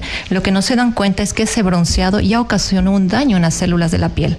El próximo año se vuelven a broncear y ese daño ya se va acumulando, generando cáncer de piel a futuro. Es decir, doctora, que es irreversible. O sea, me expuse demasiado en las playas o en el oriente ecuatoriano, donde esté, me expuse demasiado al sol, me quemé, pero luego ya tomo los correctivos, me pongo diferentes productos, etcétera, etcétera, recupero mi tono de piel y creo que ya recuperé absolutamente todo. Pero hay un daño que ya se queda irreversiblemente ahí plasmado. Exacto. Queda un daño que no lo vemos. Superficialmente vemos, la piel se mejoró, está bien, se quitó lo rojo cuando nos quemamos, pero a nivel celular, en el ADN de las células ya queda un daño permanente que se va acumulando con el paso del tiempo. Por eso es que muchos pacientes, cuando yo les explico que el cáncer que tiene ese momento es por el sol, me dicen, pero doctora, yo me estoy cuidando del sol. Digo, ¿desde cuándo? Desde hace 2 meses, 3 meses, me refieren ellos. Digo, es que el daño solar es desde que usted fue joven. Personas que han trabajado en el campo, personas que manejan, que conducen, que son choferes, personas que trabajan limpiando las calles de nuestra ciudad. Todas las personas que trabajan expuestos al sol durante toda su vida tienen lesiones precancerosas, un daño actínico en la piel y son candidatos a presentar cáncer de piel. ¿Cuál es el cuidado básico? ¿Protector solar? No solo el protector solar. Antes no teníamos protector solar, pero lo que sí necesitamos es sombrero de ala ancha. Nosotros nos ponemos gorras, pero la gorra no nos protege completamente. Claro. El sol viene por los costados. Ingresa por los costados. Y las orejas quedan descubiertas en los hombres. Es donde más se presenta cáncer de piel. El cuello. El cuello, la parte posterior, las orejas. Entonces, por eso es importante el uso de un sombrero de ala ancha, como le había mencionado, manguita larga, las camisas, los buzos, guantes, algo que nos proteja completamente del sol, sobre todo en horas de mayor radiación, que es desde las 10 de la mañana hasta las 4:30 de la tarde. Porque hay un aspecto, el sol es bueno y malo al mismo tiempo. Es bueno porque nos ayuda a producir vitamina D, que es beneficiosa para nuestro organismo, nos ayuda con el sistema inmunológico. Entonces el sol de las 7, 8, 9 de la mañana, 9:30, es un sol bueno, lo podemos tomar. Y lo podemos tomar sin protección. Sin protección, tranquilamente, pero tampoco de forma prolongada, porque lo que nos perjudica es la exposición prolongada al sol sin protección. Ya, perfecto. Querida doctora, ¿qué pasa con aquello? Estamos hablando de quemaduras producidas por el sol, pero ¿qué pasa cuando hay esas quemaduras producidas por productos químicos, con esas quemaduras químicas? Químicas, por ejemplo, hay personas que se queman con aceite, la piel ya queda muy sensible, se exponen al sol y ya es un área donde se puede producir cáncer de piel a futuro por la exposición al sol en un área que estuvo dañada. Claro, o por ejemplo hay personas que se practican estos denominados... Las cámaras. Sí, las cámaras de bronceado. Es peligroso. Las personas que utilizan cámaras de bronceado, ¿no es recomendable? Se perjudican la piel, no es recomendable. ¿Y qué pasa cuando se someten a los denominados peelings? Mucho cuidado. El peeling nos ayuda, sí, a regenerar las células de la piel y todo, pero si no nos cuidamos del sol, como se retiró una capa superficial de la piel con el peeling, si no nos cuidamos, ya se dañan las capas más profundas de la piel, lo que tenemos que tratar de evitar. Por eso las personas que se someten a peelings deben ser un cuidado mayor a los rayos solares. Claro. Hoy por hoy se habla también dermatológicamente o cosmetológicamente de un tratamiento que es el láser fraccionado CO2, que es el hecho de generar como una pequeña costra y que luego tiene que caer y terminar con una piel totalmente nueva. ¿Qué pasa con este tipo de tratamientos, doctora? El tratamiento ayuda a regenerar las células de la piel. Pero como le había comentado hace un momento, los cuidados son importantes. Ajá. Si no nos cuidamos, no va a servir de nada el tratamiento y las células se van a dañar por la exposición al sol. Entonces hay que cuidarse del sol. Ahí hay que ser más insistentes en el cuidado solar. Sí, por ejemplo, siempre estar cubiertos, siempre tener una protección. El sombrero, el protector solar a la mano cada 2 o 3 horas de aplicarse. ¿Por qué cada 2 o 3 horas? Porque el protector solar va perdiendo el tiempo de vida en la piel. Por eso es necesario reaplicarse. Las personas cuando van a consulta me dicen, pero sí me coloco el protector solar. Se lo ponen a las 7 de la mañana, 8 de la mañana y no se lo vuelven a reaplicar. Es decir, que en el horario de 12 del día, 1 de la tarde, que el sol es más intenso, ya no tienen ninguna protección. Claro, y hay que retocarse. Solar, sí o sí. ¿Protectores solares contraindicados o depende de personalmente qué protector solar o qué producto es más afín con la piel? La piel de cada persona es diferente. Entonces, los protectores solares, hoy tenemos una gama de productos en protectores solares para personas con piel grasa, con piel seca, anti-age. Hay una gama de productos que uno se les puede recomendar según el tipo de piel y la edad del paciente. Pero hay protectores solares estándar, minerales, que se los puede utilizar cualquier persona, inclusive las personas de piel sensible. El horario es lo básico. El punto principal es el horario. Claro. Mi querida doctora, ¿qué pasa con los bebés? ¿Deben empezar ya a consumir un producto específico para bebés para el cuidado de la piel? Los bebés tienen una piel muy sensible y recién se están poniendo en contacto con el medio ambiente. Ajá. La mayor parte de población ecuatoriana y latinoamericanos somos alérgicos. Si nosotros comenzamos a ponerle productos químicos desde bebés, pueden comenzar reacciones alérgicas. Por lo tanto, yo siempre recomiendo el uso del protector solar después, no enseguida. En los niños hay que utilizar medidas físicas, una sabanita que le proteja. Los bebés tienen unas sabanitas blancas que se pueden proteger, sombrillas y evitar sacarlos en horas de mayor radiación, que es al mediodía. Ya, ¿desde qué edad se recomienda que los niños empiecen a usar protector solar? Yo lo recomiendo a partir de 4 o 5 años. Hay protectores solares que dicen que ya se puede empezar desde más chiquitos, que se ha comprobado dermatológicamente que los pueden utilizar. Por el tema de las alergias, yo siempre recomiendo que sea despuesito. Ajá. Me están preguntando, querida doctora, eficiencia del ácido tranexámico.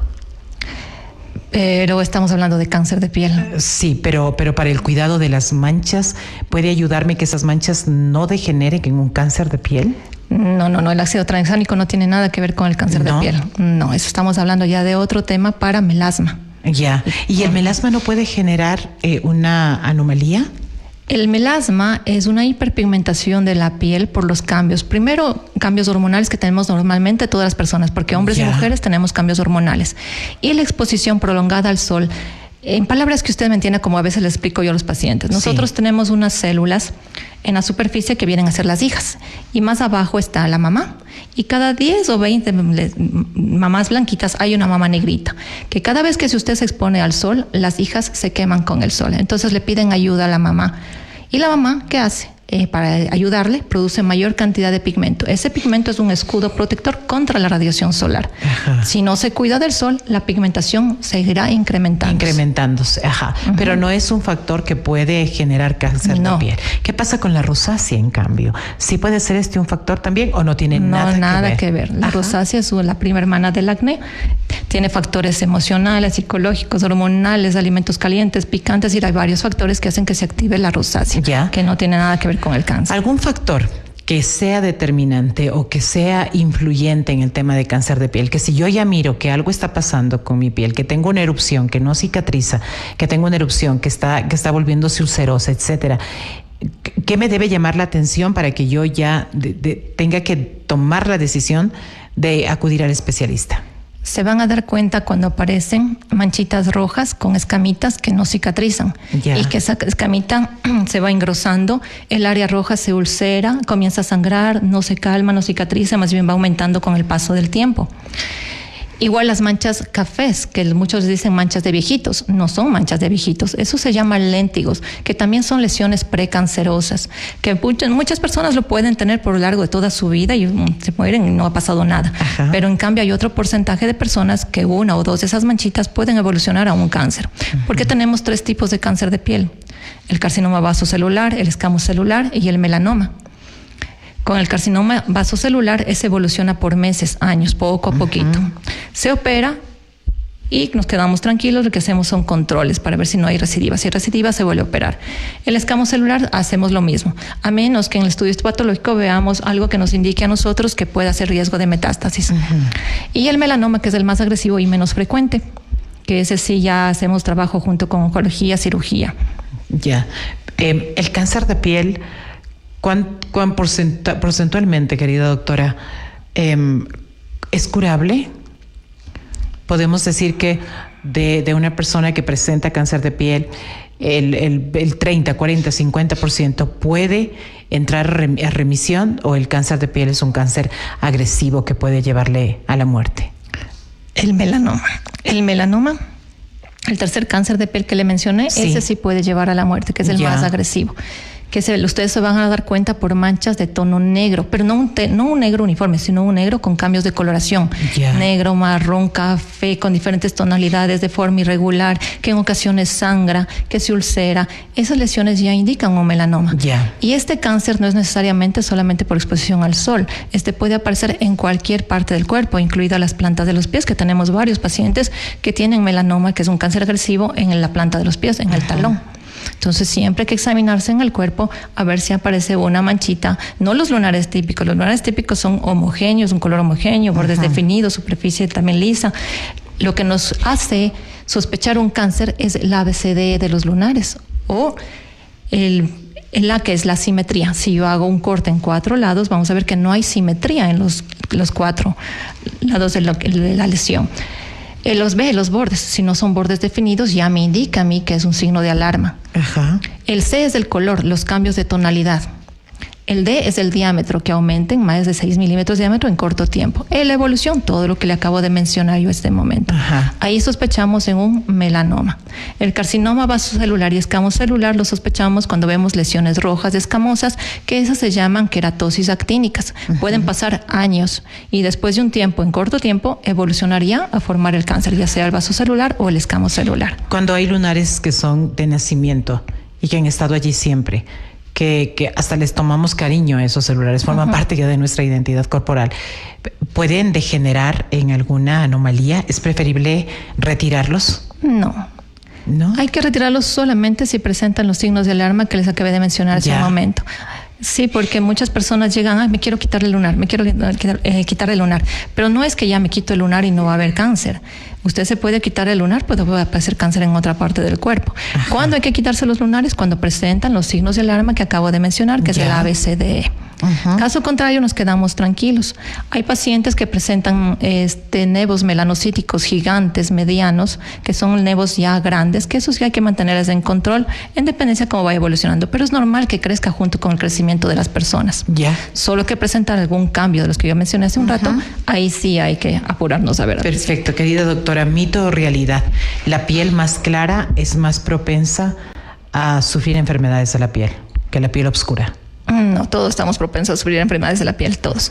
Lo que sucede es que las personas de piel clara se queman más rápido que los de la piel morena. Pero todos estamos propensos a enfermedades de la piel y todos estamos propensos a cáncer de piel también por la exposición al sol.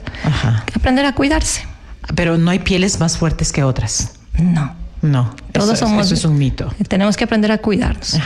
¿El protector solar con color cubre más que un protector solar sin color, que un gel? Tiene un poquito más de óxido de zinc, por ende cubre un poquito más. Entonces es recomendable. Sí, con color, sí. El punto clave es la reaplicación. La reaplicación, que es tan importante. ¿Qué pasa, mi querida doctora, con los productos químicos que por lo general forman parte del skincare de las mujeres y hoy también de los hombres? ¿Qué pasa cuando abusamos de ellos? ¿Podemos también estar sensibilizando mucho a nuestra piel? Cuando yo he tenido la oportunidad de mirar personas que su skincare está compuesto de 8, 10 pasos. En realidad, la piel linda, pero súper sensible. La hipersensibilizamos a la piel, exageramos y debemos ser como un poco más modestos en este tema, doctora. Así es. Y me preocupa mucho las jovencitas y los jovencitos. Me preocupa. Sí. Porque ahora está en boga ver en internet.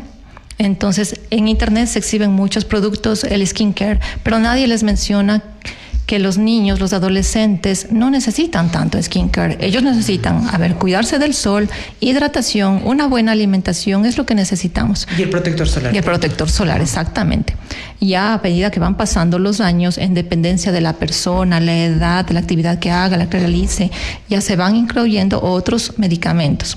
Pero los jovencitos hoy en día, como el ácido tranexámico que usted me mencionaba hace rato, ya comienzan a utilizarlos sin requerir su uso. Utilizan alfa-hidroxiácidos, el ácido glicólico, que no necesitan utilizarlo. Entonces, ¿qué están haciendo? Sensibilizando su piel. Claro, es que la propia palabra de ácido ya nos inquieta, nos llama la atención. Ácido nos llama a pensar como en un producto muy agresivo, fuerte, doctora. Que hay que saber que utilizar. Debe ser medicado. Tiene que ser medicado, hay que saberlo utilizar. Y nosotros analizamos. Nosotros debemos analizar la piel. No es que, doctora, tengo esta manchita, ¿qué será? No, yo tengo que examinar completo. Tengo que ver qué enfermedades padece usted, qué medicamentos toma usted, porque hay medicamentos que hacen fotosensibilización, es decir, la piel se quema más rápido con el sol con estos medicamentos. Ajá. Entonces nosotros como médicos analizamos todo. Todo un historial. Todo un historial. Ajá. Tenemos que recoger todos los antecedentes patológicos personales, familiares, para poder determinar y dar un tratamiento. Ajá. No es así nada más. Por ende, mi recomendación, no hacer caso a lo que está en internet, porque Ajá. no todo es para todos. Claro, súper importante esto, porque a veces creemos que, porque lo vemos en internet, está para masivamente aplicarlo y como está allí, como vemos fotos lindas, nos ilusionamos y nos entusiasmamos y queremos adquirir inmediatamente ese producto, que algunas pueden ser acciones que sí están timadas, que sí forma parte de una falsedad, de una mentira comercial, y otras pueden ser reales, pero no sabemos. Qué mejor que acudir a un profesional y que me mande un diagnóstico personalizado. Así un es. Tratamiento personalizado de acuerdo a mi diagnóstico, muy personal. Eso también es lo importante. Ajá. Tiene que ser personalizado, porque los medicamentos son buenos, pero hay que saber utilizarlos y en qué momento utilizarlos. Súper importante esto, mi querida doctora, y tener en cuenta lo que usted nos ha dicho. En cuanto veamos una pequeña cosita que nos está llamando la atención, una anomalía de este tipo, acudir al médico, porque un tratamiento temprano puede ser la diferencia entre casos tan extremos como la misma vida y la muerte, ¿no? Sí, es mejor prevenir antes que lamentar. Sí. Y la prevención está en todos los cuidados que le mencioné hace rato. Otra cosa que a veces yo también insisto, en los cuidados en las escuelas, porque en las escuelas nos olvidamos de los cuidados de los niños y los mismos profesores de educación física. Entonces hacen educación física a las 10 de la mañana, cuando el sol es intenso, fuerte, y estamos descuidando la salud de los niños, la salud de la piel de los niños, que después vienen las consecuencias. Entonces un consejo o una petición a las instituciones educativas, por favor, las actividades de educación física en horas que no sea donde haya mayor radiación solar. Perfecto. Muy claro, mi querida doctora. ¿Cómo es la atención en el hospital? ¿Desde qué hora hasta qué hora? ¿Cómo pueden acudir nuestros amigos oyentes que estén interesados en consulta dermatológica o es dermatológica? Sí, dermatológica. Sí, dermatológica. Exacto. ¿Ya? La consulta en el hospital es todos los días de lunes a viernes. Para nosotros poder atender a la población siempre lo hacemos por orden, organizados en un sistema de agendamiento. Por tal motivo, todos los pacientes deben acudir primero al área de salud. En el área de salud, el médico general hace una evaluación previa y si ve que amerita, el médico especialista en dermatología hace una referencia y le ayuda agendando el turno. Ya con ese turnito puede acceder al hospital para poder atender. Perfecto, no hay que ir desde horas de la madrugada ni nada por el estilo. La atención está muy fácil. Todo está organizado. ¿No? Todo está organizado. Súper importante esto también a nuestros queridos amigos oyentes. El cuidado de la piel es súper importante. Creo que siempre debemos tener en cuenta aquello. si es que ya miramos una manchita diferente, una manchita que nunca estuvo ahí, que puede ser un llamado de atención, que mejor que darnos un tiempito y quedarnos con esa tranquilidad de que no es nada o de que ya estamos en el tratamiento oportuno. No descuidemos aquello también, y para quienes en cambio exageran por el otro lado, también ser un poco más moderados en el uso de tantos productos que podrían estar siendo, en lugar de ayudarme, contraproducente, porque como lo dice la doctora, que me encantó lo que acaba de decir, la piel tiene memoria, y resulta que si es que abuso hoy, esa piel se queda ya con esa memoria, o si es que descuido también, la piel se queda con esa memoria también. Mi querida doctora, muchísimas gracias por su compañía. Gracias a usted. Lindo día. Los acompañamos en Minga Sonora.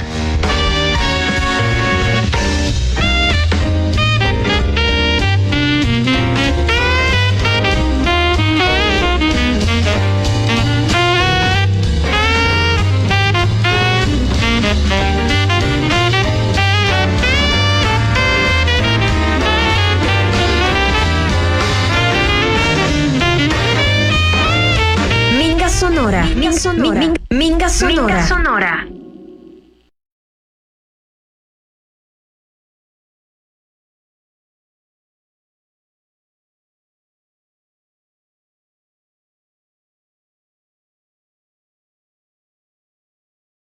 En que donde hubo fuego, también nace vida.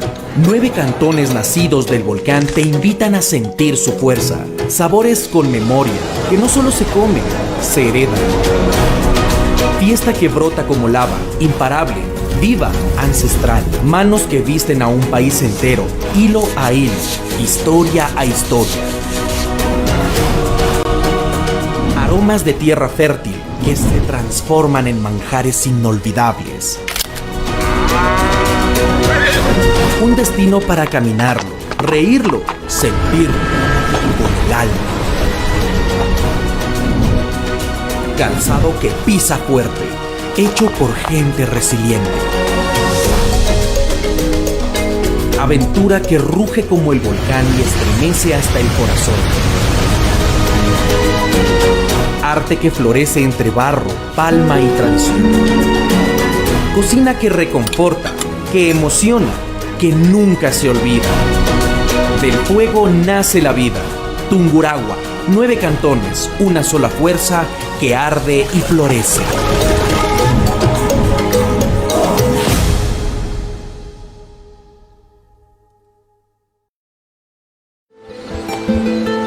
Esto es una primera impresión.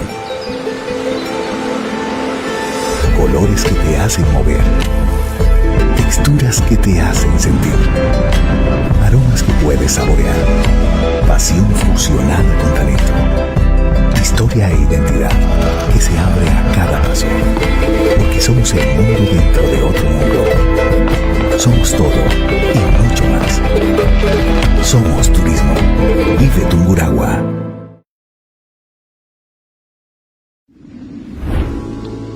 Fue la fuerza de la naturaleza lo que nos unió por primera vez. Y una vez más, su magia lo está logrando. Estar en Tungurahua es más que mirar un paisaje. Es un viaje donde el volcán convive con el frescor de sus aguas termales. Una experiencia que permanece en la memoria, con sabores que emocionan, cultura que vibra en cada fiesta y tradición, cantones que susurran sus historias y caminos que invitan a volver. Del fuego nace la vida. Vive Tungurahua.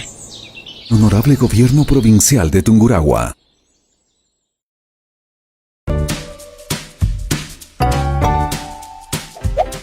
Si quieres crecer fuerte y ligero, proteína diaria en tu plato. Primero.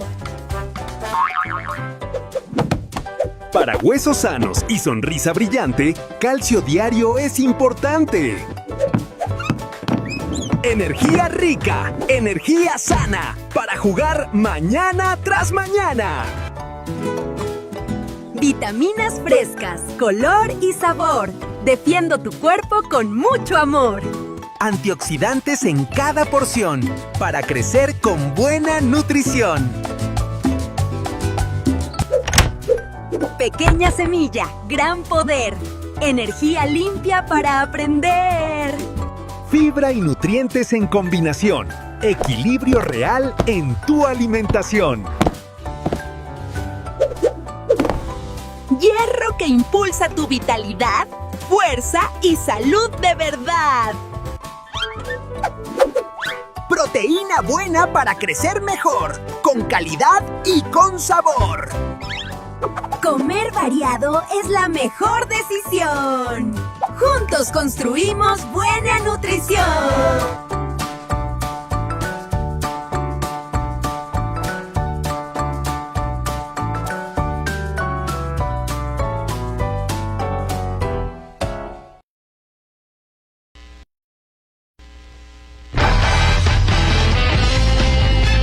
En la Minga, la inteligencia es sonora. Minga Sonora. Minga Sonora.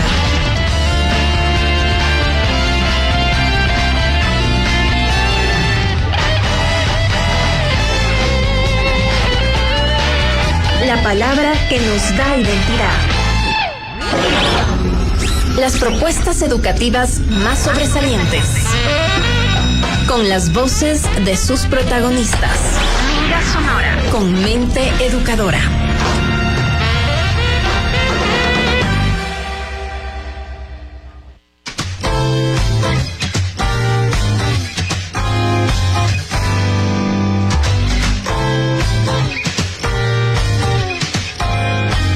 Minga Sonora. Con Mateo Riofrío tenemos el gusto en este momento en Minga Sonora de hablar de un tema que es el tema, creo yo, porque creo que en la gran mayoría de hogares, creo que siempre, si no fue permanentemente, si no fue constantemente, pero al menos un par de ocasiones sí tuvimos este inconveniente de el tema de las tareas escolares, querido Mateo, y es que para muchos el tema de las tareas escolares en algún momento se convirtió en un verdadero dolor de cabeza. Qué lindo es poder dialogar y hablar sobre este tema, ¿no? Que en todos los hogares se ve como un foco principal en cada uno de nuestros niños. Y también tener en cuenta que cómo es ayudar y qué es dar haciendo las tareas. Entonces son cosas muy significativas que influyen mucho en el porvenir de los pequeños. Claro, es tan importante esto del cómo enseño a que mi hijo o mi hija hagan la tarea o le doy haciendo la tarea por último, ¿no? Y que yo creo que ningún profesor pasa por alto eso y que se da cuenta inmediatamente de que la tarea no fue realizada por el estudiante. Muchos padres y muchas mamitas, sí, hacen con la mejor intención, ¿no? Para que el niño tenga buenas calificaciones, buscan ayuda en otras personas para sus pequeños, pero sin darse cuenta cometen errores muy grandes. ¿Sí? Claro. Y esos pequeños errores es en el aprendizaje del pequeño. Si nosotros le damos resolviendo las actividades, por ejemplo las matemáticas, no va a avanzar a captar lo mismo en la escuela que en la casa. ¿Por qué? Porque en la casita le estamos dando haciendo, y es muy importante que tengamos en cuenta que estamos haciendo que ese niño pierda el sentido de aprendizaje, ¿sí? Y después vamos y decimos, pero es que mi hijo en la casa hace bien los deberes, pero no nos damos cuenta del rol tan importante que es darle haciendo, no enseñarle. Claro. Yo creo que en muchas familias nos ha pasado de que en algún momento, porque el niño estuvo enfermo, porque tuvo que igualarse, porque no tuvimos tiempo, etcétera, los papás, en lugar de sí tener un horario un poco incómodo, tener que hacer ese esfuerzo también luego del trabajo, etcétera, de hacer la tarea con el niño, o de si nos toca repetir la tarea, hacerlo también en medio de un ambiente de tranquilidad, etcétera. Preferimos y le decimos, préstame, yo te doy haciendo. Y creo que todos hemos incurrido en ese error, o la gran mayoría hemos incurrido en ese error, pero son las circunstancias también que están allí, ¿no? Y son las circunstancias que lamentablemente en hogares contemporáneos que tienen que trabajar, padre y madre, etcétera, a veces se complica mucho, y a veces lo más fácil y lo más cómodo puede resultar, te doy haciendo y ya, con eso me evito cualquier circunstancia. Pero también, querido Mateo, suele pasar de que el ambiente en el cual estoy elaborando las tareas con mi hijo, en el cual estoy enseñándole algún tema, enseñándole a hacer una tarea, a veces se puede tornar en un ambiente también muy incómodo y en un ambiente no propicio, que no se genere una comodidad, un ambiente bonito, un ambiente agradable para que el niño pueda desarrollar estas tareas. Y es allí donde se pueden producir los traumas. Desde nuestras experiencias como Centro Tiempo de Aprender, que se trabaja con los niños, jóvenes y adolescentes, vemos esto a diario, ¿sí? Cada uno de los problemas de los pequeños es que cuando llegan a consulta con Jimenita, muchos de ellos siempre refieren que no quieren hacer las tareas, ¿sí? Y no es porque no quieren, ¿sí? Los papás le acostumbraron a que el pequeño ya llega a la casa y le doy haciendo los deberes. Entonces ahí es donde ingresa esta parte donde que el niño ya pierde el respeto por los padres y dice, a ver, yo llego a mi casa, como, me voy a dormir y me levanto y está hecha la tarea. ¿Sí? Entonces ahí los padres no se dan cuenta del gran rol que están haciendo en ese pequeño. ¿Por qué? Porque están incentivando algo negativo. Claro. Donde que tendría que ser lo contrario, ¿no? Que llega el pequeño, come, hace sus actividades de tiempo libre, descansa un poquito, le hacen despertar y le hacen hacer las actividades, las tareas. Entonces, todo este tipo de consecuencias, el pequeño se va adaptando y obviamente en la escuela no va a querer trabajar. ¿Por qué? Porque está acostumbrado a que le den haciendo todas las actividades. Entonces es por ello que sí es un punto muy importante reconocer primero los padres qué están haciendo bien y qué están haciendo mal en casita, ¿no? Ajá. Entonces, O puede también, aparte de aquello que le dan haciendo las tareas, puede ser que hay como un poco de agresividad al momento de hacer las tareas, porque el niño de pronto está un poquito más retraído, está un poquito más lento en el proceso de aprendizaje, que no hace bien la tarea, y entonces ahí viene también un poco de violencia, de agresividad, de grosería por parte de los padres, de los hermanos mayores, de los abuelitos, etcétera. Sí, y ahí viene esa parte de que el niño tiene miedo hacia los padres. Sí. ¿Por qué? Porque cuando va a hacer las actividades, le pegan, le agreden, pero no se dan cuenta que ellos mismos fueron los causantes de que le acostumbraron a que el pequeño no tenga esa responsabilidad en hacer sus tareas. Ajá. Entonces es muy importante, como ya habíamos hablado, que las rutinas, las reglas estén bien establecidas para que ese pequeño tenga un nivel de responsabilidad un poco elevado que se vea desde la casa. Sí, entonces bien se dice, ¿no?, que desde la casa se aprende todas las actividades y se las demuestra en cada una de las actividades cotidianas que nosotros las hacemos. Ajá. Entonces es por ello que cada uno tiene que ir reemplazando lo que está haciendo mal, ¿sí? Y vamos a ver el cambio extraordinario que tienen nuestros pequeños. Cuando vienen al centro se les ve cautivados por aprender, ¿sí? Cuando llegaron, nosotros siempre hacemos un antes y un después y vemos con los papás también esa transformación grande que ha tenido el pequeño y dice, no, ahora él solito llega, hace sus actividades, y es muy importante que eso también vaya dando seguridad al pequeño. ¿Por qué? Porque las tareas es un punto clave para que nuestros pequeños vayan teniendo esa seguridad y se vayan sintiendo seguros de ellos mismos que pueden lograr hacer las cosas. Pero si nosotros, como bien decimos, le damos resolviendo, vamos perdiendo todas estas virtudes de nuestros pequeños. Claro, eso es clave también, y creo que es determinante el hecho de el ambiente que creamos al momento de realizar las tareas escolares. Pero creo que yo debía empezar por esta pregunta, querido Mateo. ¿Es necesario enviar tareas escolares? ¿Se deben enviar tareas escolares? Muchos educadores, psicólogos, educadores manifiestan de que el proceso de aprendizaje debería estar sujeto a las aulas, debería estar sujeto a la actividad de aprendizaje académica en las aulas, y que deberíamos dejar a los niños que en horas ya, por ejemplo, de la tarde, realicen otro tipo de actividades extracurriculares para desarrollar las inteligencias múltiples. Puede ser música, danza, deportes, oratoria, etcétera, pero que deberíamos dejar ese tiempo libre y de que el proceso educativo se debería llevar integralmente dentro del aula, y el resto del tiempo sí que se destine, eso sí, obligatoriamente a otra actividad alternativa para la inteligencia múltiple del niño o de la niña. Aquí algo muy importante es que las actividades que se les manda a la casita no es como que para tarea en sí, ¿no? Es más que todo para reforzar lo que aprendieron en clase.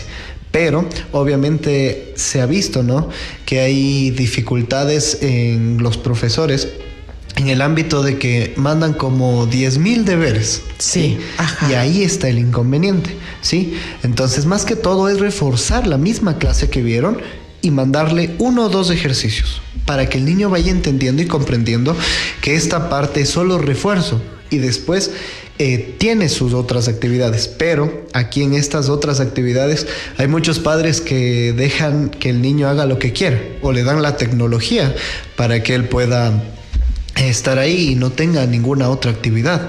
Entonces también es ahí muy importante que los padres tengan en cuenta que no es solo que no le mandaron actividades, no le mandaron tareas y le dejo que haga lo que él quiera. No. Ajá. Por eso es muy importante que ellos tengan otras actividades aparte de las académicas, para que vayan desarrollando otras habilidades que están escondidas.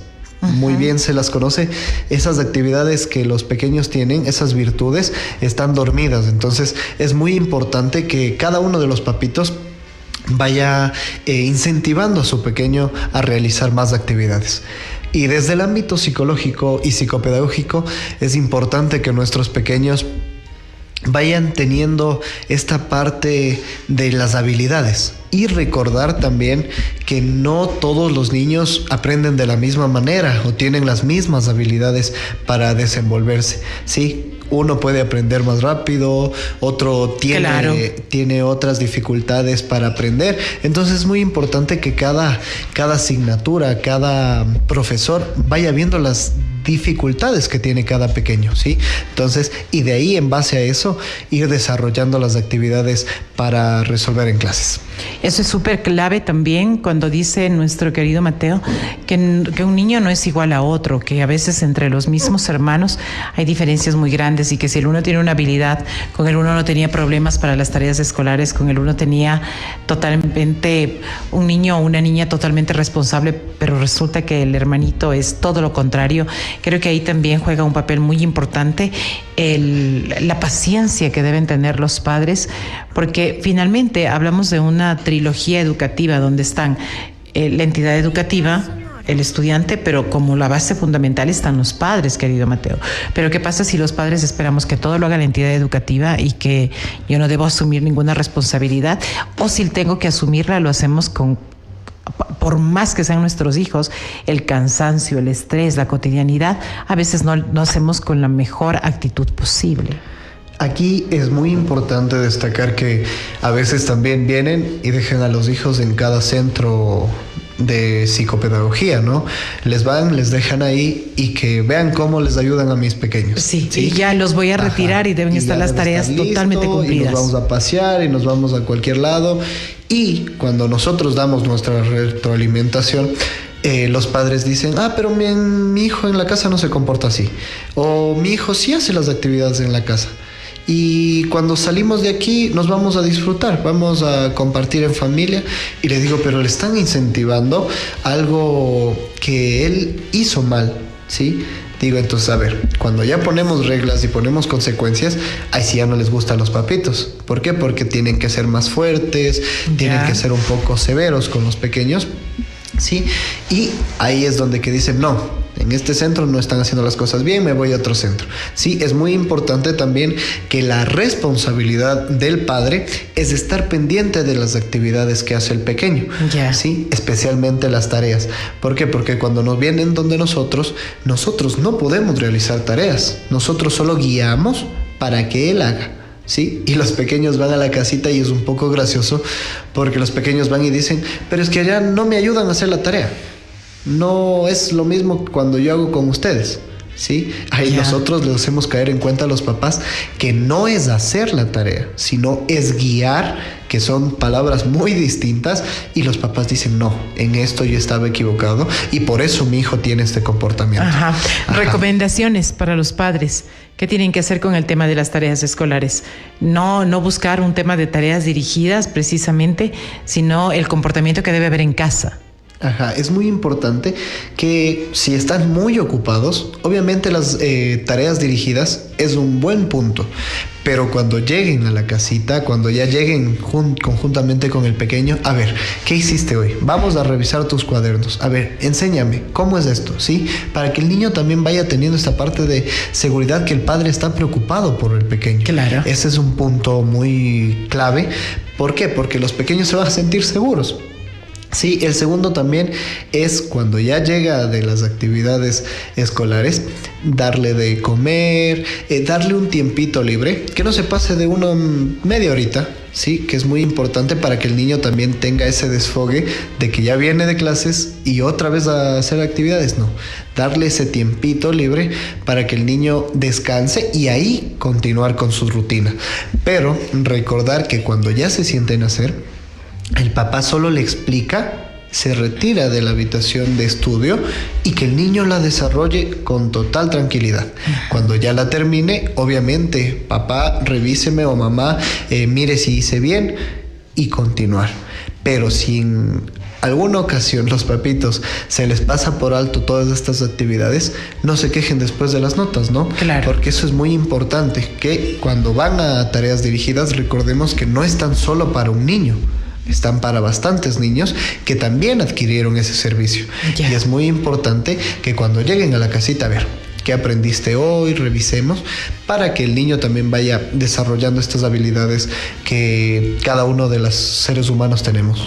Y que es tan importante y que es tan decidor también, porque de esas actividades con los niños y de esas actitudes que van a tener los niños depende mucho cómo se van a portar mañana más tarde, cómo van a asumir un proceso educativo ya en el colegio, en la universidad, que deben tener ya una manera también de asimilar el proceso diferente y cómo van a ser ya en su vida laboral también. Creo que desde allí es importante que el niño vaya de una manera sistemática, de una manera organizada, planificada también, para que mañana más tarde, cuando tengan que enfrentarse a lo otro y especialmente al mundo laboral, esa persona haya tenido como una experiencia totalmente estructurada que le lleva ahora a un resultado cuando ya se convierte en una persona integrada al mundo laboral.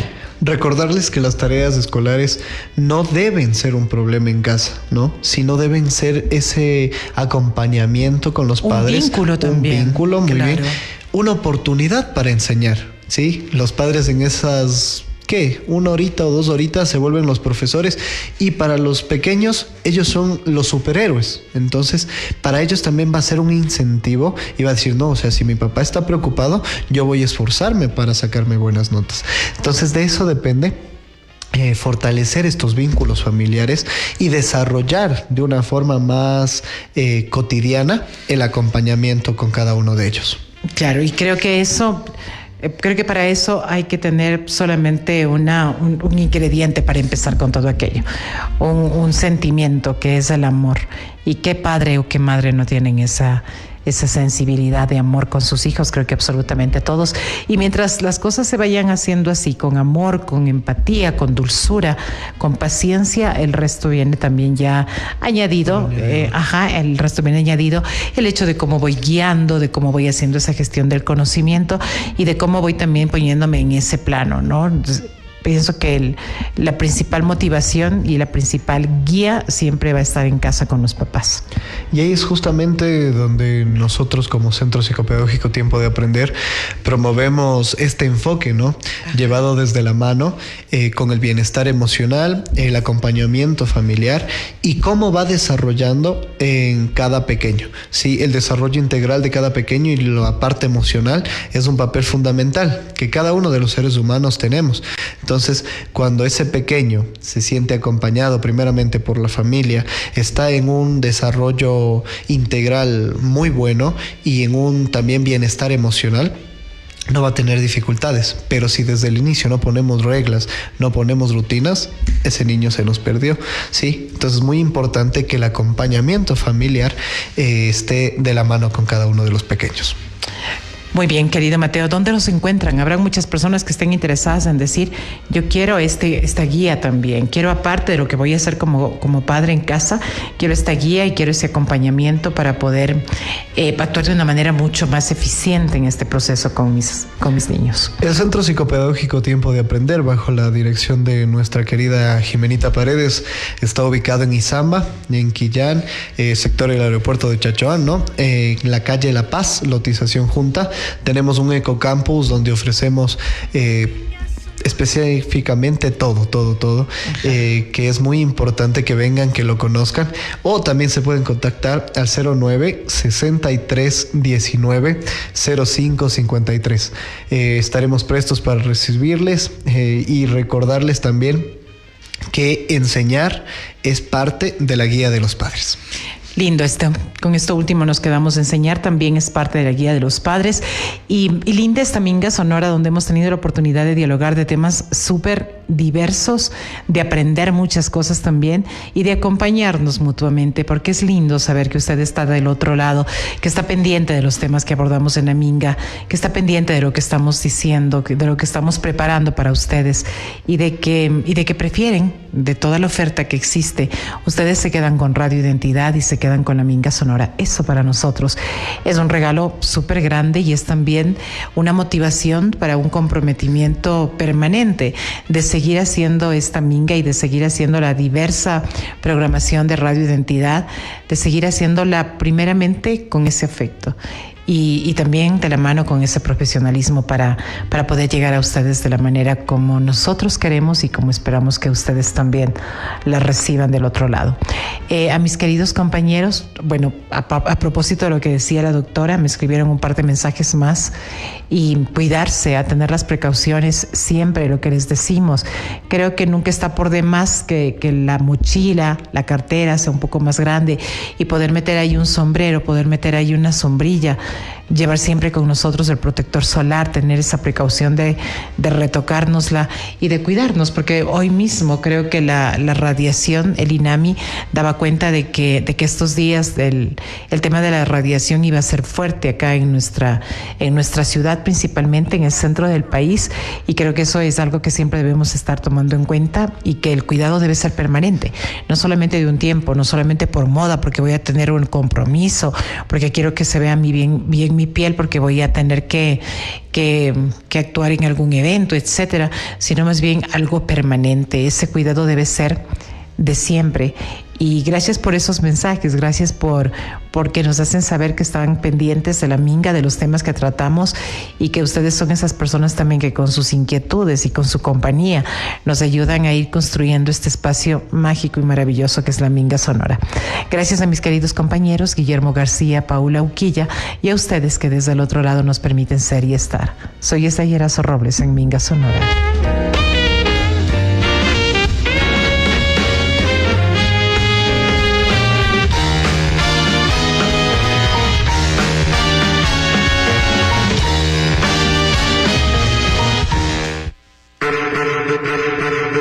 Nuestros micrófonos se apagan por hoy, pero la Minga continúa. La Minga continúa.